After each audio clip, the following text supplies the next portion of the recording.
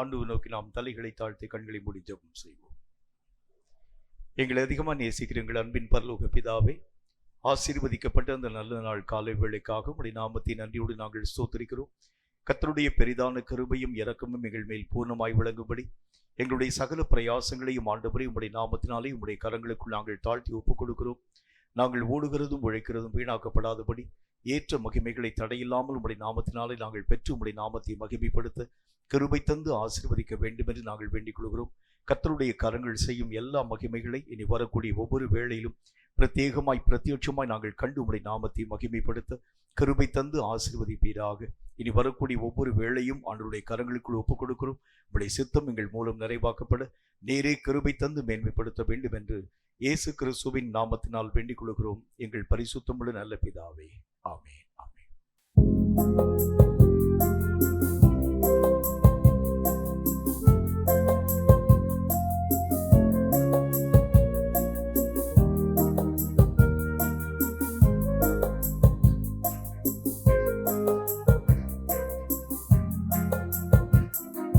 அனுதினமும் உம்மில் நான் வளர்ந்திடவே உம் அனுக்கிரகம் தர வேண்டுமே. அனுதினமும் உம்மில் நான் வளர்ந்திடவே உம் அனுக்கிரகம் தர வேண்டுமே. என்னால் ஒன்றும் கூடாதையா, எல்லாம் உம்மால் கூடும். என்னால் ஒன்றும் கூடாதையா, எல்லாம் உம்மால் கூடும். அனுதினமும் உம்மில் நான் வளர்ந்திடவே உம் அனுக்கிரகம் தர வேண்டுமே. அனுதினமும் உம்மில் நான் வளர்ந்திடவே உம் அனுக்கிரகம் தர வேண்டுமே.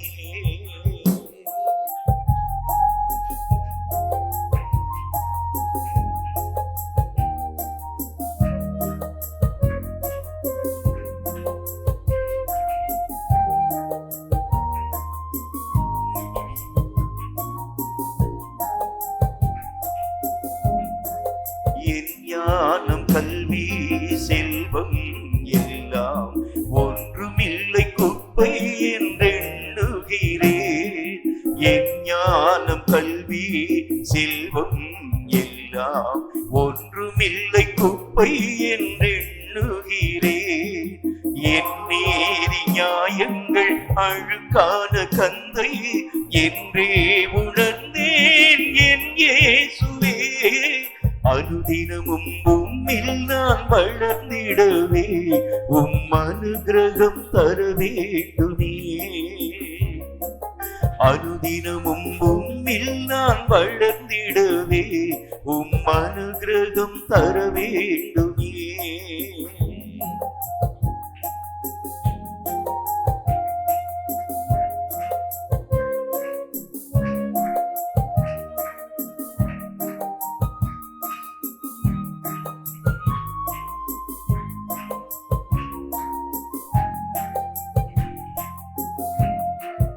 அழைத்தவரே உம்மில் பிழைத்திடவே அவனியில் உமக்காய் உழைத்திடவே. அழைத்தவரே உம்மில் பிழைத்திடவே அவனியில் உமக்காய் உழைத்திடவே. அர்ப்பணிக்கின்றேன் என்னை இன்றே ஏற்றுக்கொள்ளும் என் இயேசுவே. அனுதினமும் உம்மில் நான் வளர்ந்திடவே உம் அனுக்கிரகம் தர வேண்டுமே. அனுதினமும் உம்மில் நான் வளர்ந்திடவே உம் அனுக்கிரகம் தர வேண்டுமே. என்னால் ஒன்றும் கூடாதையா, எல்லாம் உம்மால் கூடும். என்னால் ஒன்றும் கூடாதையா, எல்லாம் உம்மால் கூடும். அனுதினமும் உம்மில் நான் வளர்ந்திடவே உம் அனுக்கிரகம் தர வேண்டுமே. வளர்ந்திடவே உம் அனுக்கிரகம் தர வேண்டுமே. சங்கீதங்களின் புஸ்தகம் 61வது அதிகாரம். கர்த்தர் தாமே இந்த சங்கீத வாக்கியங்களின் மூலம் நம்மோடு பேசும்படி தலைகளை தாழ்த்தி கண்களை மூடி கர்த்தரை நோக்கி நாம் ஜெபித்து தொடர்ந்து நாம் யாவரும் எழுந்து நின்று ஆராதனையோடு இந்த சங்கீதத்தை இணைந்து வாசிப்போம். சங்கீதங்களின் புஸ்தகம் 61வது அதிகாரம். கர்த்தர் தாமே இந்த சங்கீத வாக்கியங்களின் மூலம் நம்மோடு பேசும்படி தலைகளை தாழ்த்தி கண்களை மூடி கர்த்தரை நோக்கி நாம் ஜெபிப்போம்.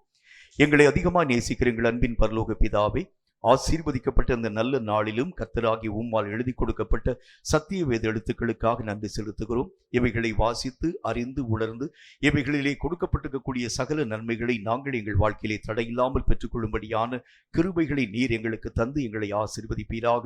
உம்முடைய வசனங்கள் எல்லாம் சமூலமும் சத்தியம் என்று நாங்கள் அறிந்திருக்கிறதுனாலே சத்தியமான மார்க்கங்களை போதிக்கும் இந்த வேத வாக்கியங்களின் ஆழ்ந்த காரியங்களை கற்று உணர எங்கள் ஒவ்வொருவருக்கும் கிருபை தந்து ஆசீர்வதிக்க வேண்டும் என்று இயேசு கிறிஸ்துவின் நாமத்தினால் வேண்டிக் கொள்கிறோம் எங்கள் பரிசுத்தமுள்ள நல்ல பிதாவே.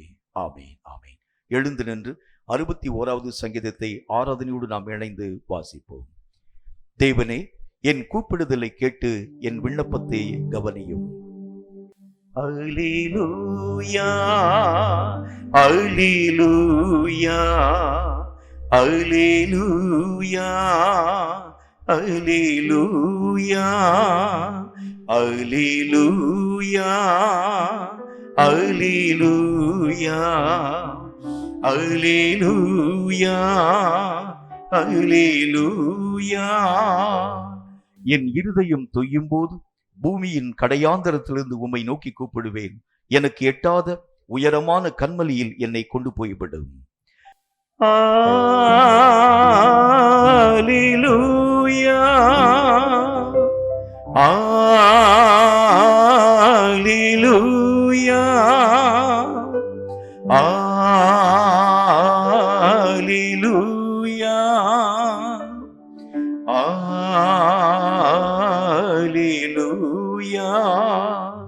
நீர் எனக்கு அடைக்கலமும் சத்ருவுக்கு எதிரே பலத்த துர்கமுமாய் இருந்தீர். அல்லேலூயா, அல்லேலூயா, அல்லேலூயா, அல்லேலூயா, அல்லேலூயா, அல்லேலூயா, அல்லேலூயா, அல்லேலூயா. நான் உம்முடைய கூடாரத்தில் சதா காலமும் தங்குவேன். உமது செட்டைகளின் மறைவிலே வந்து அடைவேன். அல்லேலூயா, அல்லேலூயா,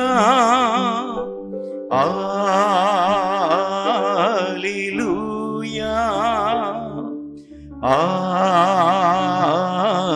அல்லேலூயா. தேவனே, நீர் என் பொருத்தனைகளை கேட்டீர். உமது நாமத்திற்கு பயப்படுகிறவர்களின் சுதந்திரத்தை எனக்கு தந்தீர். அல்லேலூயா, அல்லேலூயா, அல்லேலூயா, அல்லேலூயா, அல்லேலூயா, அல்லேலூயா, அல்லேலூயா, அல்லேலூயா. ராஜாவின் நாட்களோடு நாட்களை கூட்டுவீர். அவர் வருஷங்கள் தலைமுறை தலைமுறையாக இருக்கும். அல்லேலூயா, அல்லேலூயா, அல்லேலூயா, அல்லேலூயா. அவர் தேவனுக்கு முன்பாக என்றென்றைக்கும் நிலைத்திருப்பார். தயையும் உண்மையும் அவரை காக்க கட்டளையிடும்.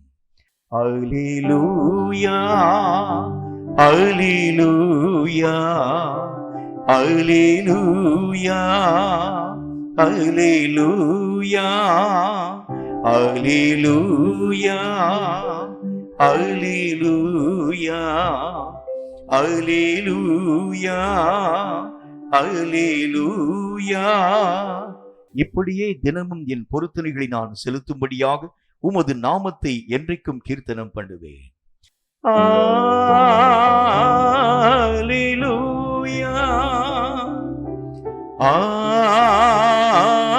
Alleluia. Alleluia.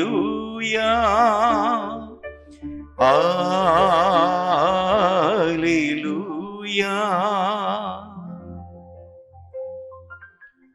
நீங்க போதும் ஏசப்பா, உங்க சமூகம் எனக்கப்பா.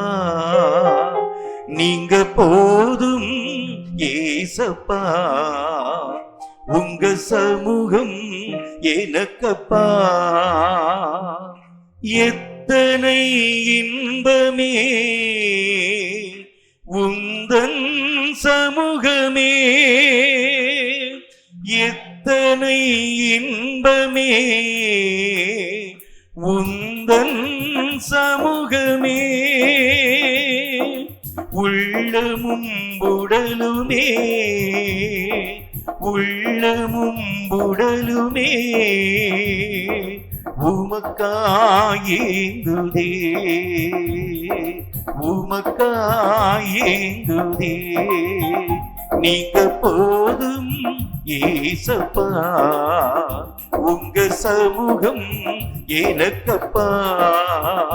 நீங்க போதும் ஏசப்பா, உங்க சமூகம் எனக்கப்பா.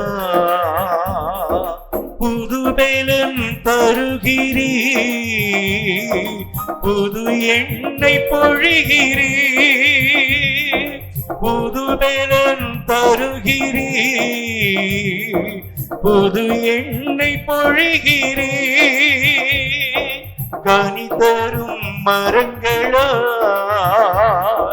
கனி தரும் மரங்களாய் செழித்தோங்க செய்கிறே, நான் செழித்தோங்க செய்கிறே.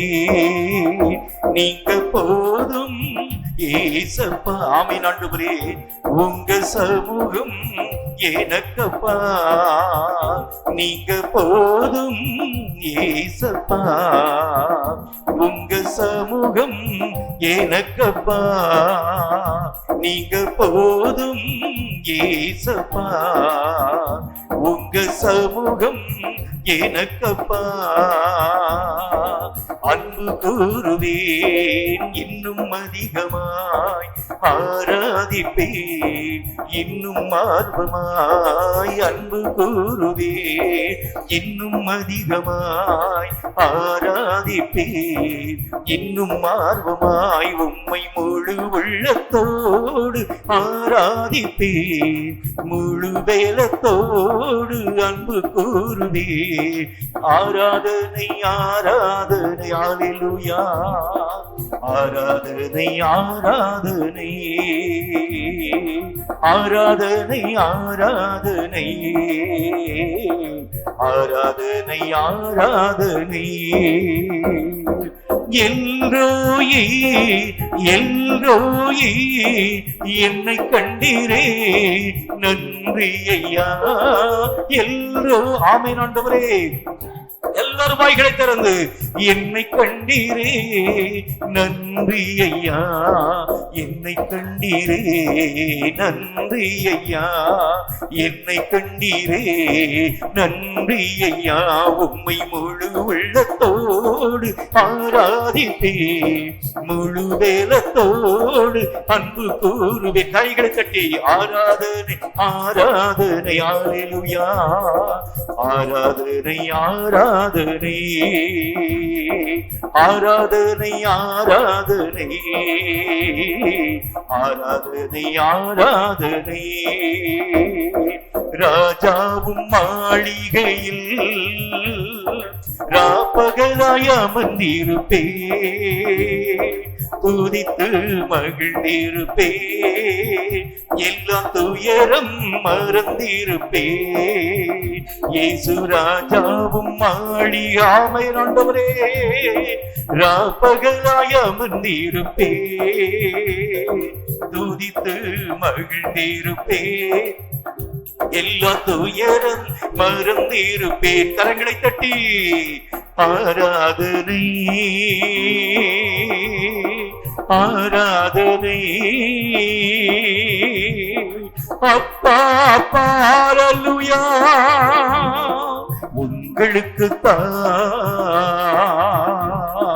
ஆராதனை ஆராதனை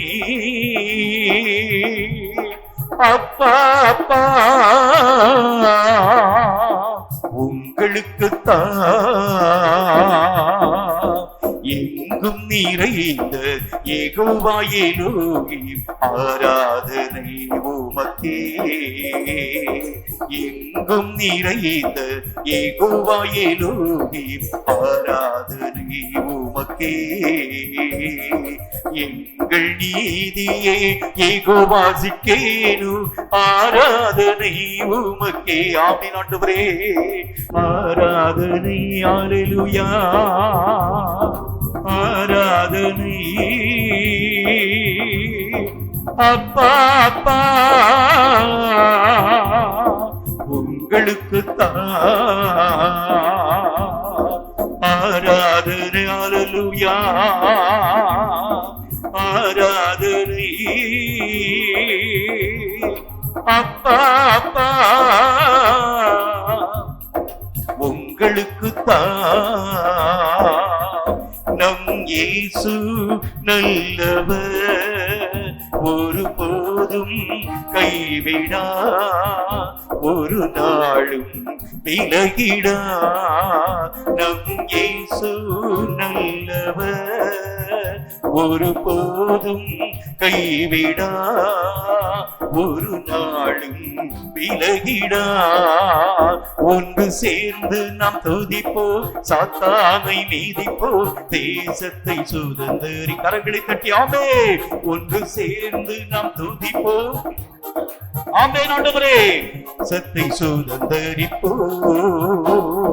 கண்ணீரை காண்கிறா, கதறலை கேட்கிறா, கண்ணீரை காண்கிறா, ஆமே, கதறலை கேட்கிறா, வேதனை அறிகிறா, நம் வேதனை அறிகிறார், விடுதலை தருகிறார், இன்று விடுதலை தருகே. கரங்களை தட்டி ஒன்று சேர்ந்து நாம் துதிப்போம், சாத்தானை மீதிப்போம், தேசத்தை சுதந்தரிப்போம். ஒன்று சேர்ந்து நாம் துதிப்போம், சாத்தானை மீதிப்போம், தேசத்தை சுதந்தரிப்போம். ஒன்று சேர்ந்து நாம் துதிப்போம், சாத்தானை மீதிப்போம், தேசத்தை சுதந்தரிப்போம். ஒன்று சேர்ந்து நாம் துதிப்போம், சாத்தானை மீதிப்போம், தேசத்தை சுதந்தரிப்போம். துதிப்போம், சாத்தானை மீதிப்போம், தேசத்தை சுதந்தரிப்போம். ஒன்று சேர்ந்து நாம் துதிப்போம், சாத்தானை மீதிப்போம், தேசத்தை சுதந்தரிப்போம். நொறுங்குண்ட நெஞ்சமே நோக்கிடு இயேசுவை, நொறுங்குண்ட நெஞ்சமே நோக்கிடு இயேசுவை, கூப்பிடு உண்மையா என்று கூப்பிடு உண்மையா, குறையெல்லாம் நீக்குவா, உன் குறையெல்லாம் நீக்கு. கரங்களை தட்டி ஒன்று சேர்ந்து நாம் துதிப்போம், சாத்தானை மீதிப்போம், தேசத்தை சுதந்தரிப்போம். ஒன்று சேர்ந்து நாம் துதிப்போம், சாத்தானை மீதிப்போம், தேசத்தை சுதந்தரிப்போம். நம் இயேசு நல்லவர், ஒரு போதும் கைவிடா, ஒரு நாளும் விலகிடா. ஒன்று சேர்ந்து நாம் துதிப்போம், சாத்தானை மீதிப்போம், தேசத்தை சுதந்தரிப்போம். ஒன்று சேர்ந்து நாம் துதிப்போம், சாத்தானை மீதிப்போம், தேசத்தை சுதந்தரிப்போம். ஒன்று சேர்ந்து நாம் துதிப்போம், சாத்தானை மீதிப்போம், தேசத்தை சுதந்தரிப்போம். ஒன்று சேர்ந்து நாம் துதிப்போம், சாத்தானை மீதிப்போம், தேசத்தை சுதந்தரிப்போம். ஒன்று சேர்ந்து நாம் துதிப்போம், சாத்தானை மீதிப்போம், தேசத்தை சுதந்தரிப்போம். ஒன்று சேர்ந்து நாம் துதிப்போம், சாத்தானை மீதிப்போம், தேசத்தை சுதந்தரிப்போம். ஒன்று சேர்ந்து நாம் துதிப்போம், சாத்தானை மீதிப்போம், தேசத்தை சுதந்தரிப்போம்.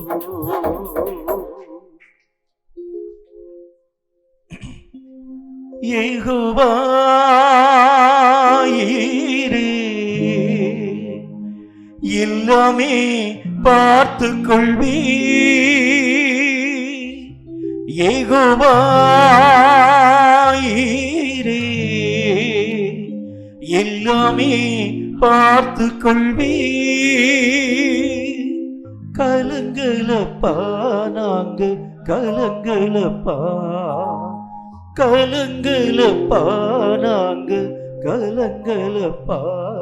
கர்த்தர் நாமம் என் புகலிடமே, கருத்தோடு துதித்திடுவே. கர்த்தர் நாமம் என் புகலிடமே, கருத்தோடு துதித்திடுவே. யெகோவா நீசியே, என்னாலும் வெற்றி தருவே. யெகோவா நீசியே, என்னாலும் வெற்றி தருவே. ஸ்தோத்திரமே அப்பா ஸ்தோத்திரமே, ஸ்தோத்திரமே அப்பா ஸ்தோத்திரமே. கர்த்தர் நாமம் என் புகலிடமே, கருத்தோடு துதித்திடுவே. கர்த்தர் நாமம் என் புகலிடமே, கருத்தோடு துதித்திடுவே. கர்த்தர் இந்த நாளிலே நம் நடுவில் அசைவாடும் தேவனாய் இருக்கிறதற்காக கர்த்தருடைய நாமத்தை வாய்களை திறந்து நாம் ஸ்தோத்திரிப்போம்.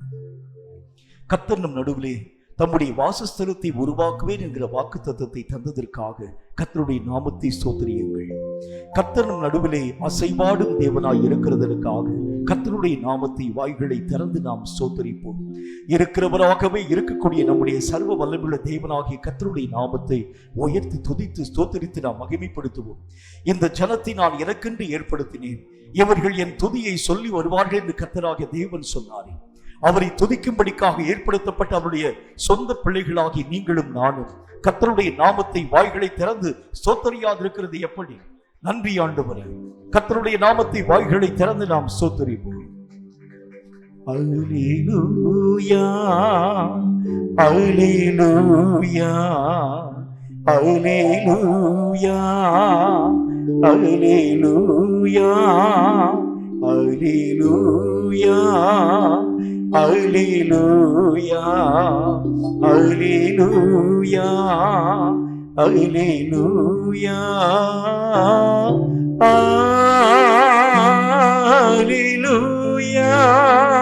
Hallelujah, Hallelujah,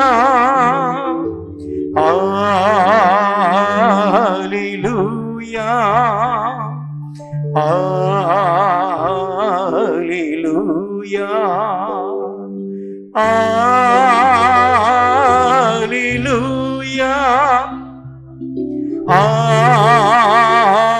Hallelujah, Hallelujah,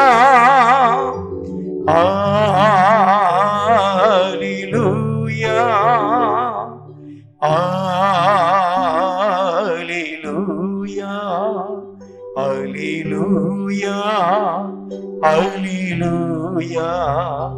Hallelujah, Hallelujah, Hallelujah, Hallelujah, Hallelujah, Hallelujah. உம்மை உயர்த்தி உயர்த்தி உள்ளம் மகிழுதையா, உம்மை நோக்கி பார்த்து என் இதயம் துள்ளுதையா. உம்மை உயர்த்தி உயர்த்தி உள்ளம் மகிழுதையா. உம்மை நோக்கி பார்த்து என் இதயம் துள்ளுதையா. அல்லேலூயா அல்லேலூயா அல்லேலூயா அல்லேலூயா அல்லேலூயா அல்லேலூயா அல்லேலூயா அல்லேலூயா. அல்லேலூயா அல்லேலூயா அல்லேலூயா அல்லேலூயா. கண்ணீரெல்லாம் துடைக்கின்றீர், காயமெல்லாம்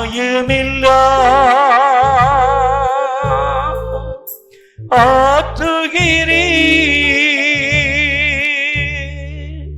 கண்ணீரெல்லாம்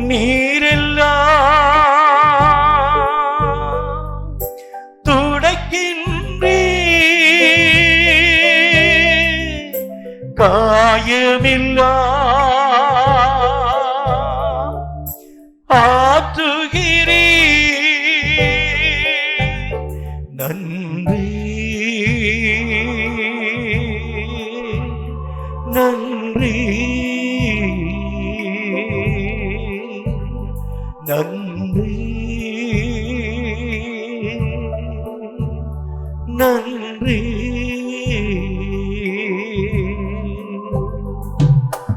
உம்மை உயர்த்தி உயர்த்தி உள்ளம் மகிழுதையா. உம்மை நோக்கி பார்த்து என் இதயம் துள்ளுதையா. உம்மை உயர்த்தி உயர்த்தி உள்ளம் மகிழுதையா. உம்மை நோக்கி பார்த்து என் இதயம் துள்ளுதையா. அல்லேலூயா அல்லேலூயா அல்லேலூயா அல்லேலூயா அல்லேலூயா அல்லேலூயா அல்லேலூயா அல்லேலூயா அல்லேலூயா அல்லேலூயா. ஆமென் ஆண்டவரே.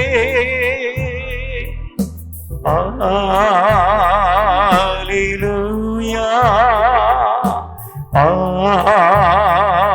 அல்லேலூயா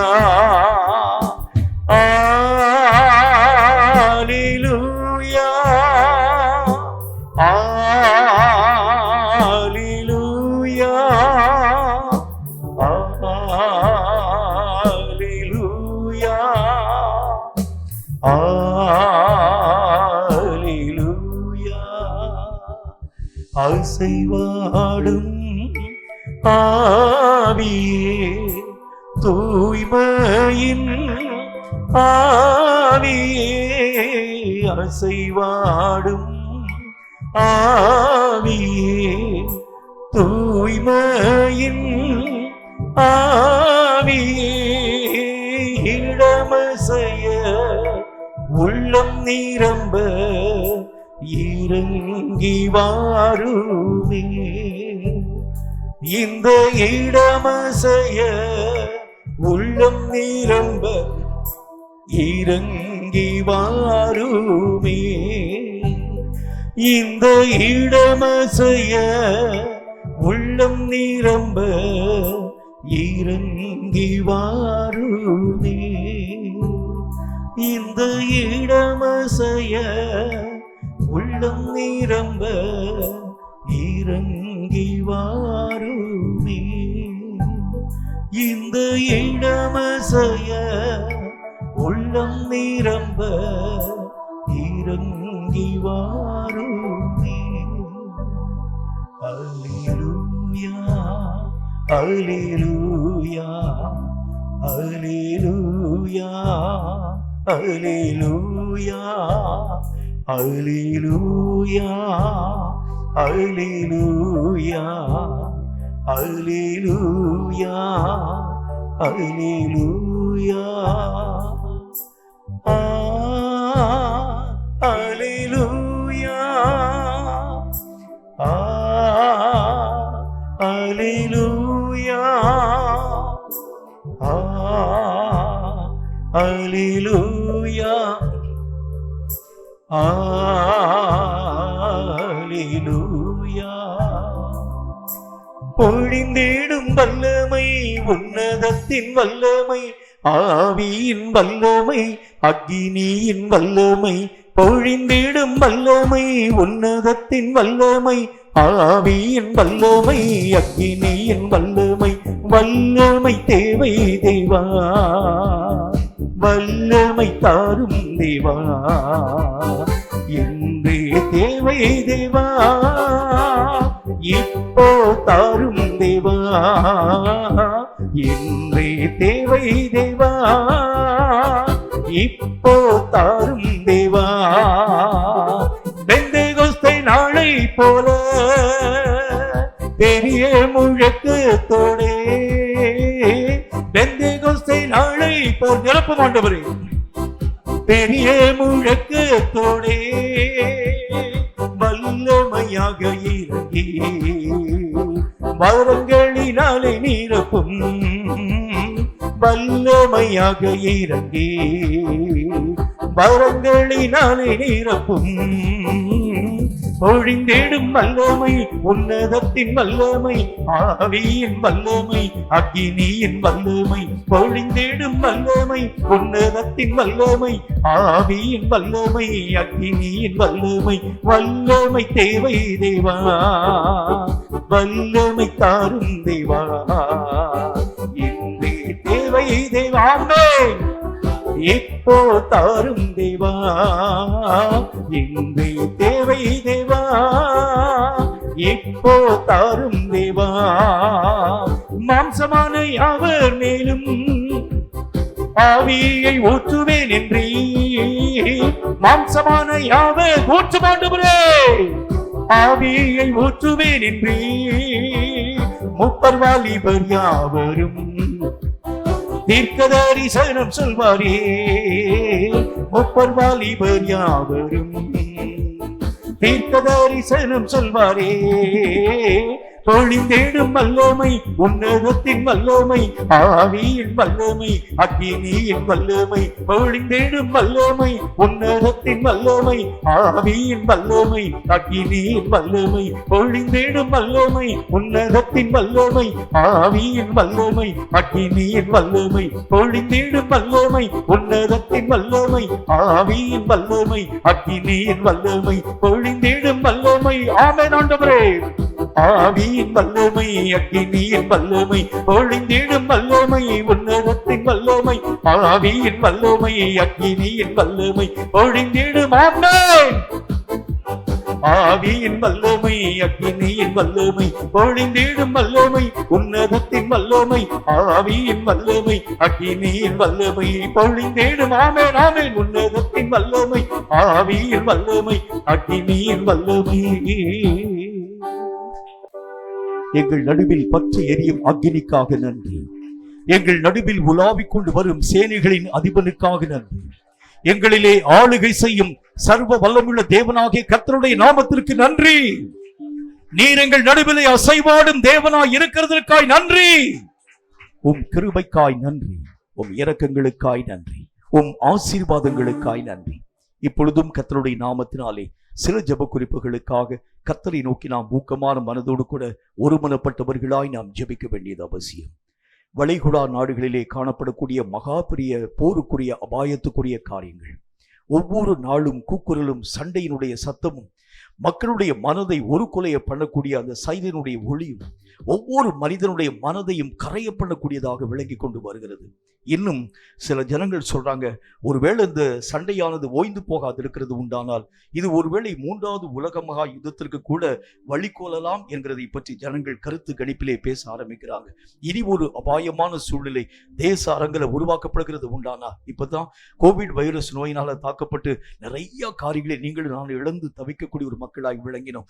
ஒரு போருக்குரிய அபாயம் உருவாக்கப்படுகிறது உண்டானா, கட்டடங்களுடைய சேதங்கள், மக்களுடைய உயிர், தேங்க்யூ மை ஃபாதர், அபாயங்கள், இன்னும் எத்தனை பயங்கரங்கள் தேச எல்லைகளிலே கடந்து வருகிறதை பார்க்க முடியுமே. இந்த போருக்குரிய எல்லா விதமான தன்மைகளும் இயேசுவின் நாமத்தினால், கர்த்தருடைய நாமத்தினால் தடுத்து நிறுத்தப்படும்படிக்காக சமாதானத்தின் தேவன் தேசங்களின் நடுவிலே சமாதானத்தின் காரியங்களை உருவாக்கும்படிக்காக அமெரிக்காவுக்கும் ஈரானுக்கும் இஸ்ரவேலுக்கும் விரோதமாக இந்த நாட்களிலே உருவாக்கப்பட்டிருக்கக்கூடிய இந்த மகாபெரிய யுத்தத்துக்குரிய காரியத்தின் நிமித்தம் நிறைய கச்சா பொருள்கள் எல்லாம் நின்று போனதாக செய்தி குறிப்புகளிலே நீங்களும் நானும் கற்றுக்கொண்டு வருகிறோமே. கேஸ் சிலிண்டர் தட்டுப்பாடு, இன்னும் அநேக விதமான பெட்ரோல் டீசல் விலையிலே அநேக விதமான மாற்றங்கள் உருவாக்கப்படும் என்று சொல்லக்கூடிய அச்சமான சூழ்நிலைகள், இப்படிப்பட்ட பதற்றம் நிலைகள் தேச எல்லைகளை விட்டு கடந்து போகும்படிக்காக கர்த்தருடைய நாமத்தினால் எல்லாரும் வாய்களை திறந்து இந்த போர் நிறுத்தத்திற்காக, கர்த்தர் சமாதானத்தை தேசங்களிலே உருவாக்கும்படிக்காக எல்லாரும் வாய்களை திறந்து ஒருமனப்பட்டவர்களாய் கர்த்தரை நோக்கி ஊக்கமான மனதோடு கூட நாம் யாவரும் இணைந்து நாம் ஜெபிக்க போகிறோம். நன்றி ஆண்டவரே, கர்த்தர் இரக்கங்களை தராதிருக்கிறது உண்டானால், தேசங்களின் நடுவிலே கர்த்தர் சமாதானத்தை தராதிருக்கிறது உண்டானால், தேச எல்லைகளிலே கர்த்தருடைய கிருபை விளங்காதிருக்கிறது உண்டானால், இந்த போருடைய தேங்க்யூ மை ஃபாதர் அபாயங்கள் நீடிக்க கூடும் என்று சொல்லி நாம் அறிந்திருக்கிறோமே. கர்த்தர் கிருபையாக இரக்கங்களை தரும்படிக்காக இந்த ஜெபம் போதாது.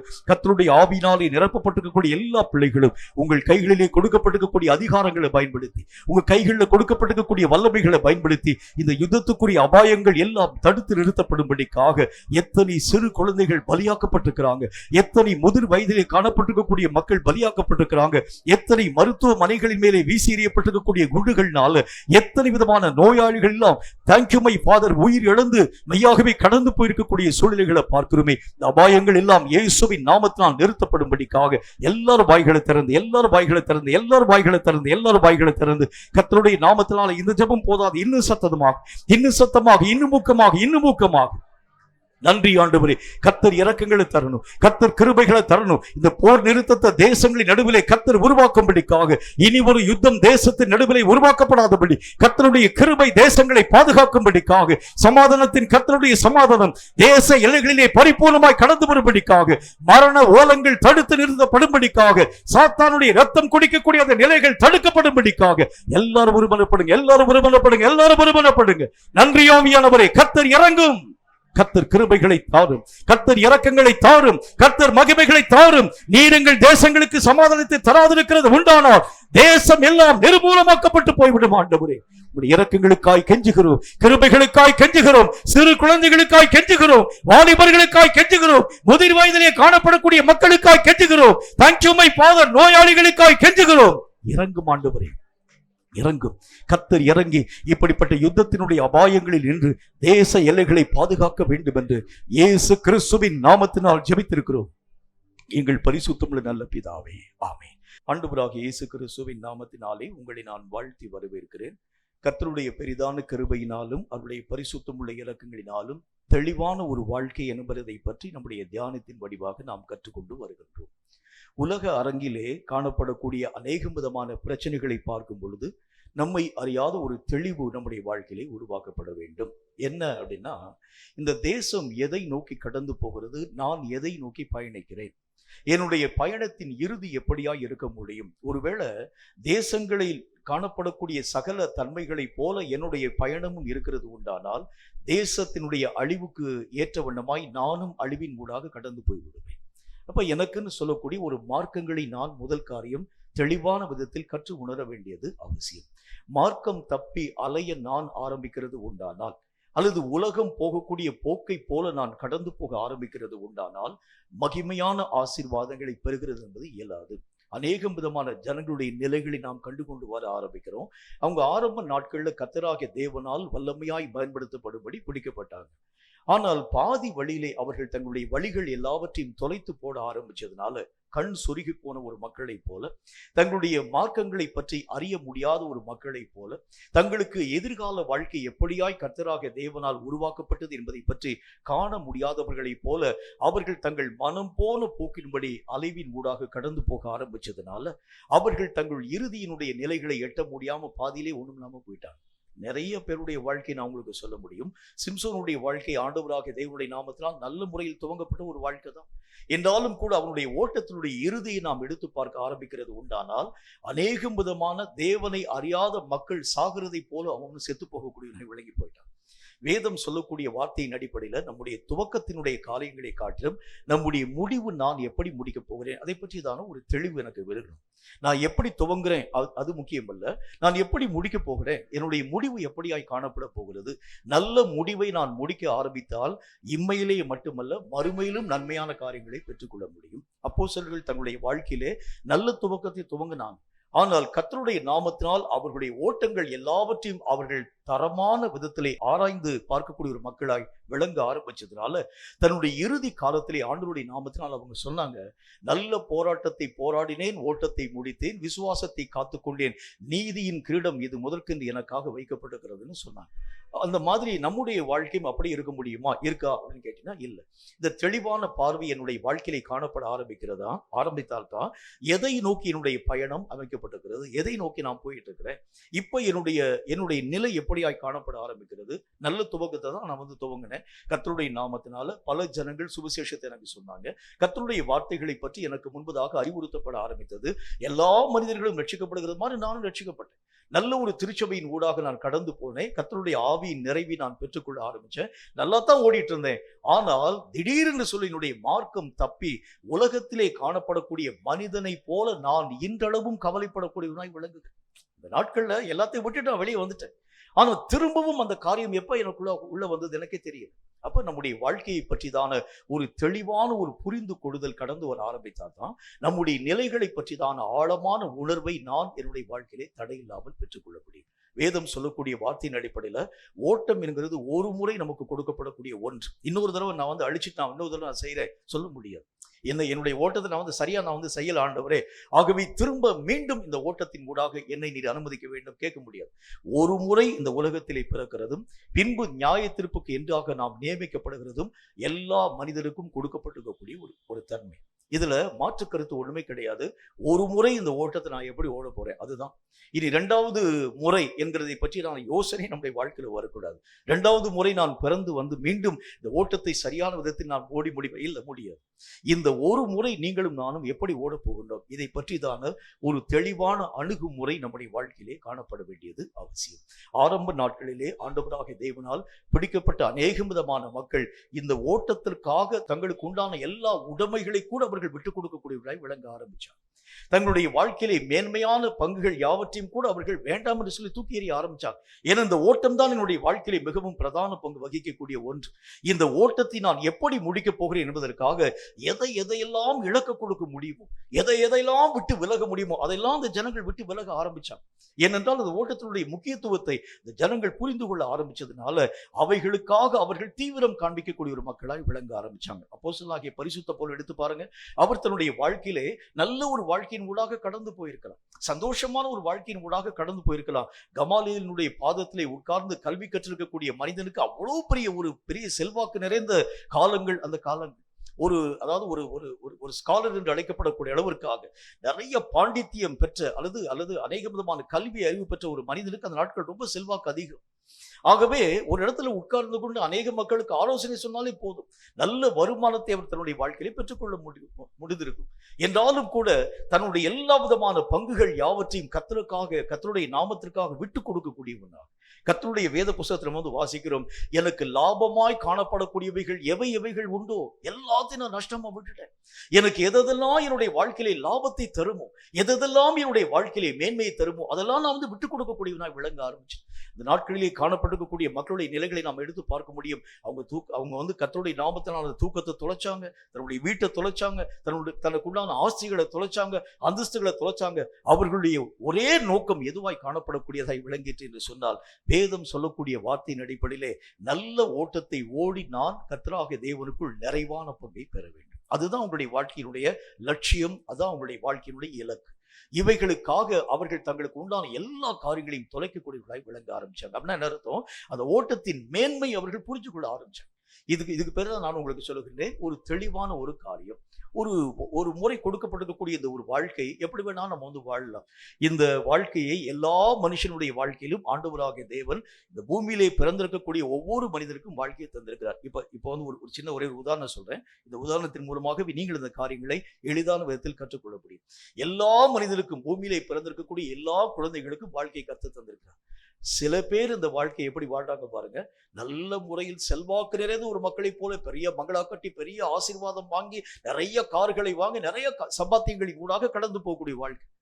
அதே மாதிரி மீண்டும் ஒரு மனிதன் இந்த உலகத்திலே தோன்றிருக்கக்கூடிய மனிதன் அதே வாழ்க்கையை அவனுடைய கரங்களிலும் கடவுளாக்கிய தேவன் தர ஆரம்பிச்சார்.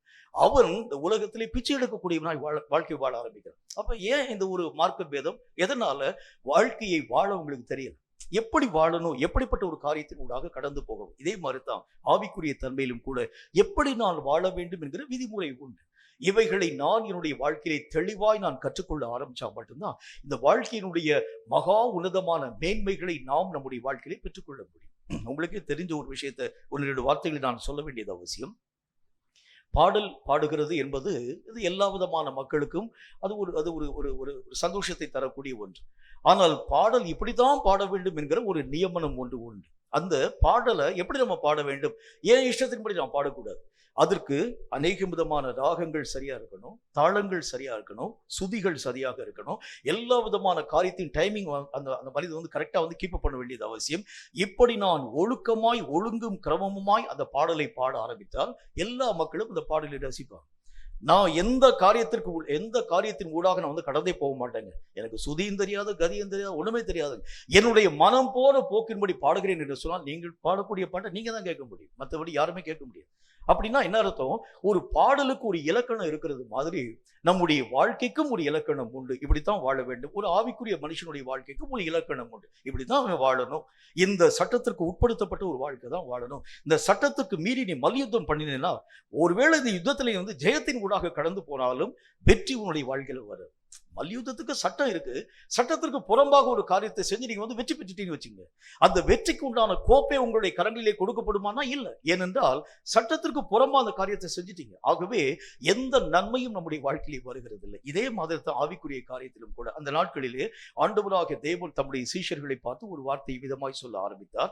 அந்த நாட்களிலே என்னை நோக்கி அநேகர் வந்து, கர்த்தாவே கர்த்தாவே உம்முடைய நாமத்தினாலே தீர்க்க தரிசனம் சொன்னோம், உம்முடைய நாமத்தினாலே நாங்கள் பிசாசுகளை துரத்தினோம், உம்முடைய நாமத்தினாலே அற்புதங்களை செய்தோம் என்று சொல்வார்கள். அப்பொழுது ஆண்டவராகிய தேவன் அவர்களை பார்த்து சொல்வார், அக்கிரமக்காரரை இதை விட்டு அகன்று போங்கள், நான் உங்களை ஒரு காலம் அறியவில்லை. ஏன் இந்த ஒரு வார்த்தை? ஏன் இந்த மாதிரி ஒரு கடினமான ஒரு பதத்தை கர்த்தர் பயன்படுத்த வேண்டும்?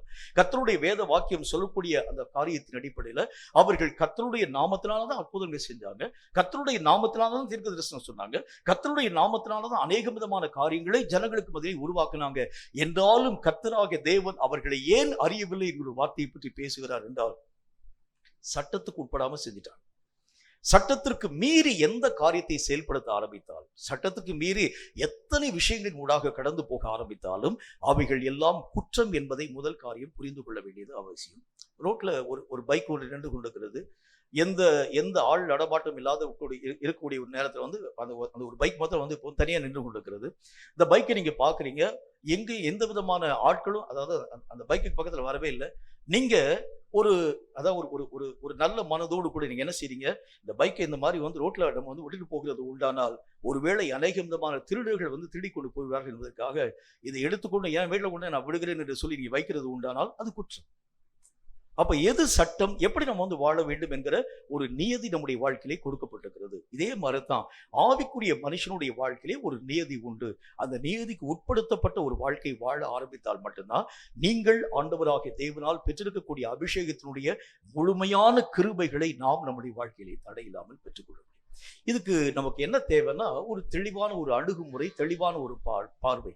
இந்த உலகத்துல வாழுகிறதுக்கு நமக்கு பலவிதமான தெளிவுகள் உண்டு. என்ன தெளிவுகள் உண்டு? உலகத்துல யார்கிட்ட எப்படி பேச வேண்டும் என்கிற ஒரு தெளிவு நமக்கு உண்டு. யாரிடத்துல எப்படிப்பட்ட வரவு செலவு கணக்குகள் யாவற்றையும் சொல்ல வேண்டும், அது ஒரு தெளிவு உண்டு. யார்கிட்ட நம்ம ரகசியத்தை சொல்ல வேண்டும், யார்கிட்ட நம்ம சொல்லக்கூடாது, ஒரு தெளிவு நமக்கு உண்டு. யார்கிட்ட போய் எந்தெந்த விதமான காரியங்கள் யாவற்றையும் பேசலாம் என்கிற ஒரு தெளிவு உண்டு. யார்கிட்ட போய் அநேக விதமான வணிகங்களை நான் செய்ய வேண்டும் என்கிறதை பற்றி தெளிவு உண்டு. இந்த மாதிரி உலகத்துல தெளிவுகள் இருக்கிறதை மாதிரி ஆவிக்குரிய வட்டாரங்களிலும் கூட பலவிதமான தெளிவான நிலை நம்முடைய வாழ்க்கையிலே காணப்பட ஆரம்பித்தால் மட்டும்தான் உங்கள் ஆவிக்குரிய ஓட்டத்தை சரியான விதத்தில் ஓடி முடிக்க உங்களாலும் என்னாலும் ஆகும். இந்த உலக வாழ்க்கைக்கு எப்படி நமக்கு தெளிவு தேவைப்படுதோ அதே மாதிரி ஆவிக்குரிய வாழ்க்கைக்கும் இந்த மாதிரியான ஒரு தெளிவான ஒரு நிலை நம்முடைய வாழ்க்கையிலே காணப்பட ஆரம்பிச்சா மட்டும்தான் இந்த ஆவிக்குரிய வாழ்க்கையை சரியான விதத்தில் வாழ்ந்து முடிக்க உங்களாலும் என்னாலும் ஆகும்.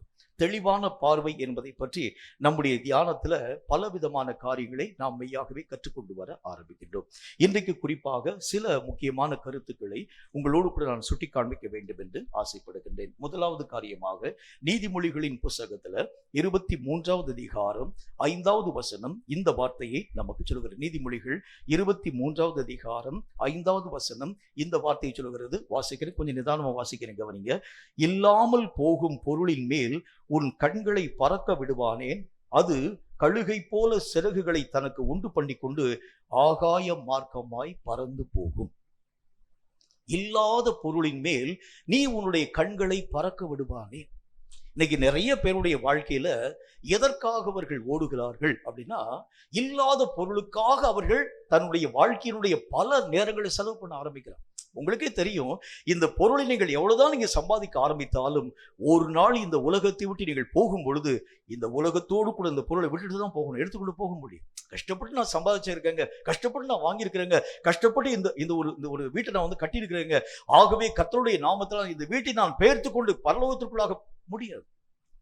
எவ்வளவு காரியத்தை நீங்கள் உங்களுடைய வாழ்க்கையிலே பெற்றுக்கொள்ள ஆரம்பிச்சாலும், டிகிரியை படிக்க ஆரம்பிச்சாலும், அநேக விதமான பொருளை, ஆஸ்தி, அந்தஸ்து கூடிய காரியங்கள் யாவற்றையும் நீங்கள் சேகரிக்க ஆரம்பித்தாலும் கூட இந்த பொருள் இந்த உலகத்தோடு கூட விட்டு விட்டுத்தான் போக வேண்டியது அவசியமே தவிர இவைகளை நீங்கள் ஒரு நாளும் மறு உலகத்திற்குள்ளாக கொண்டு போக முடியாது. அப்ப இந்த இல்லாத பொருளுக்காக நான் என்னுடைய கண்களை நாள்தோறும் மெய்யாகவே பறக்க விட ஆரம்பிக்கிறேன். அது இருந்தா எனக்கு நல்லா இருக்குமே, இது இருந்தா நல்லா இருக்குமே, இந்த ஒரு நிலை என்னுடைய வாழ்க்கையிலே காணப்பட ஆரம்பிச்சா நல்லா இருக்குமே, இந்த ஒரு பொருள் என்னுடைய வீட்டுக்குள்ளாக இருக்க ஆரம்பிக்கிறது உண்டான இது எனக்கு நல்லா, இதுக்காகவே என்னுடைய காலங்களை, நேரங்கள் எல்லாவற்றையும் நான் என்னுடைய வாழ்க்கையிலே வீணாக செலவு பண்ண ஆரம்பிக்கிறேன். எவ்வளவு நேரத்தை நான் வீணாக்கிறேன் பாருங்க, யோசிச்சு பாருங்க. அதாவது நித்தியமான காரியங்களுக்காக நான் சேகரிக்கக்கூடிய தன்மைகளை காட்டிலும் 1000 மடங்கு அதிகமாய் இல்லாமல் போகும் பொருளுக்காக நான் கவலைப்பட ஆரம்பிக்கிறேன்.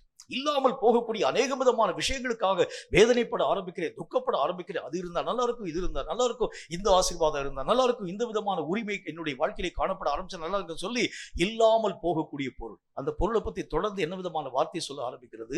இந்த பொருள் என்ன செய்யுமா, கழுகை போல செட்டைகள் எடுத்துக்கொண்டு அது ஒரு நாள்ல உன்னை விட்டு போயிடும். எல்லா காரியங்களும் உன்னுடைய வாழ்க்கையை விட்டு விலகி போயிடும். அப்பொழுது நீ அந்த காரியங்களுக்காக பட்ட வேதனை எல்லாம் வீணாய் விருதாவாய் போக ஆரம்பிச்சு. எவ்வளவு நாளை நான் வேஸ்ட் பண்ண ஆரம்பிச்சேன். இந்த ஒரு காரியத்தை நான் பெறுகிறதற்கு எவ்வளவு மணி நேரத்தை நான் செலவு பண்ண ஆரம்பிச்சேன். அப்ப கர்த்தருடைய வேதம் சொல்கிறது, எது என்னுடைய வாழ்க்கையிலே முக்கியத்துவம் என்பதை முதல் காரியம் விளங்கிக் கொள்ளக்கூடிய தெளிவு எனக்கு வேணும். எது என்னுடைய வாழ்க்கையில முக்கியம்? தேவையில்லாத காரியம் என்னுடைய வாழ்க்கையில முக்கியம் இல்லை. நான் இந்த நாட்களை எதற்காக நான் மெய்யாகவே கடந்து போகிறேன்? தேவையில்லாத குப்பையை பொறுக்கும்படிக்காக நான் தீவிரம் காண்பிக்க ஆரம்பிக்கிறேன். காலையில 4 மணிக்கு எந்திரிச்சு போனா தாங்க நிறைய குப்பை கிடைக்கும். காலையில 3 மணிக்கு எந்திரிச்சு போனா தாங்க நிறைய குப்பை கிடைக்கும். கர்த்தருடைய நாமத்தினாலே கர்த்தர் சொல்கிறார், இவைகள் எல்லாம் குப்பை.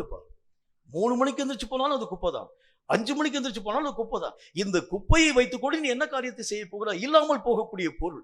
இந்த குப்பைக்காகவா இவ்வளவு தூரம் நீ அநேக விதமான வேதனை ஊடாக கடந்து போற?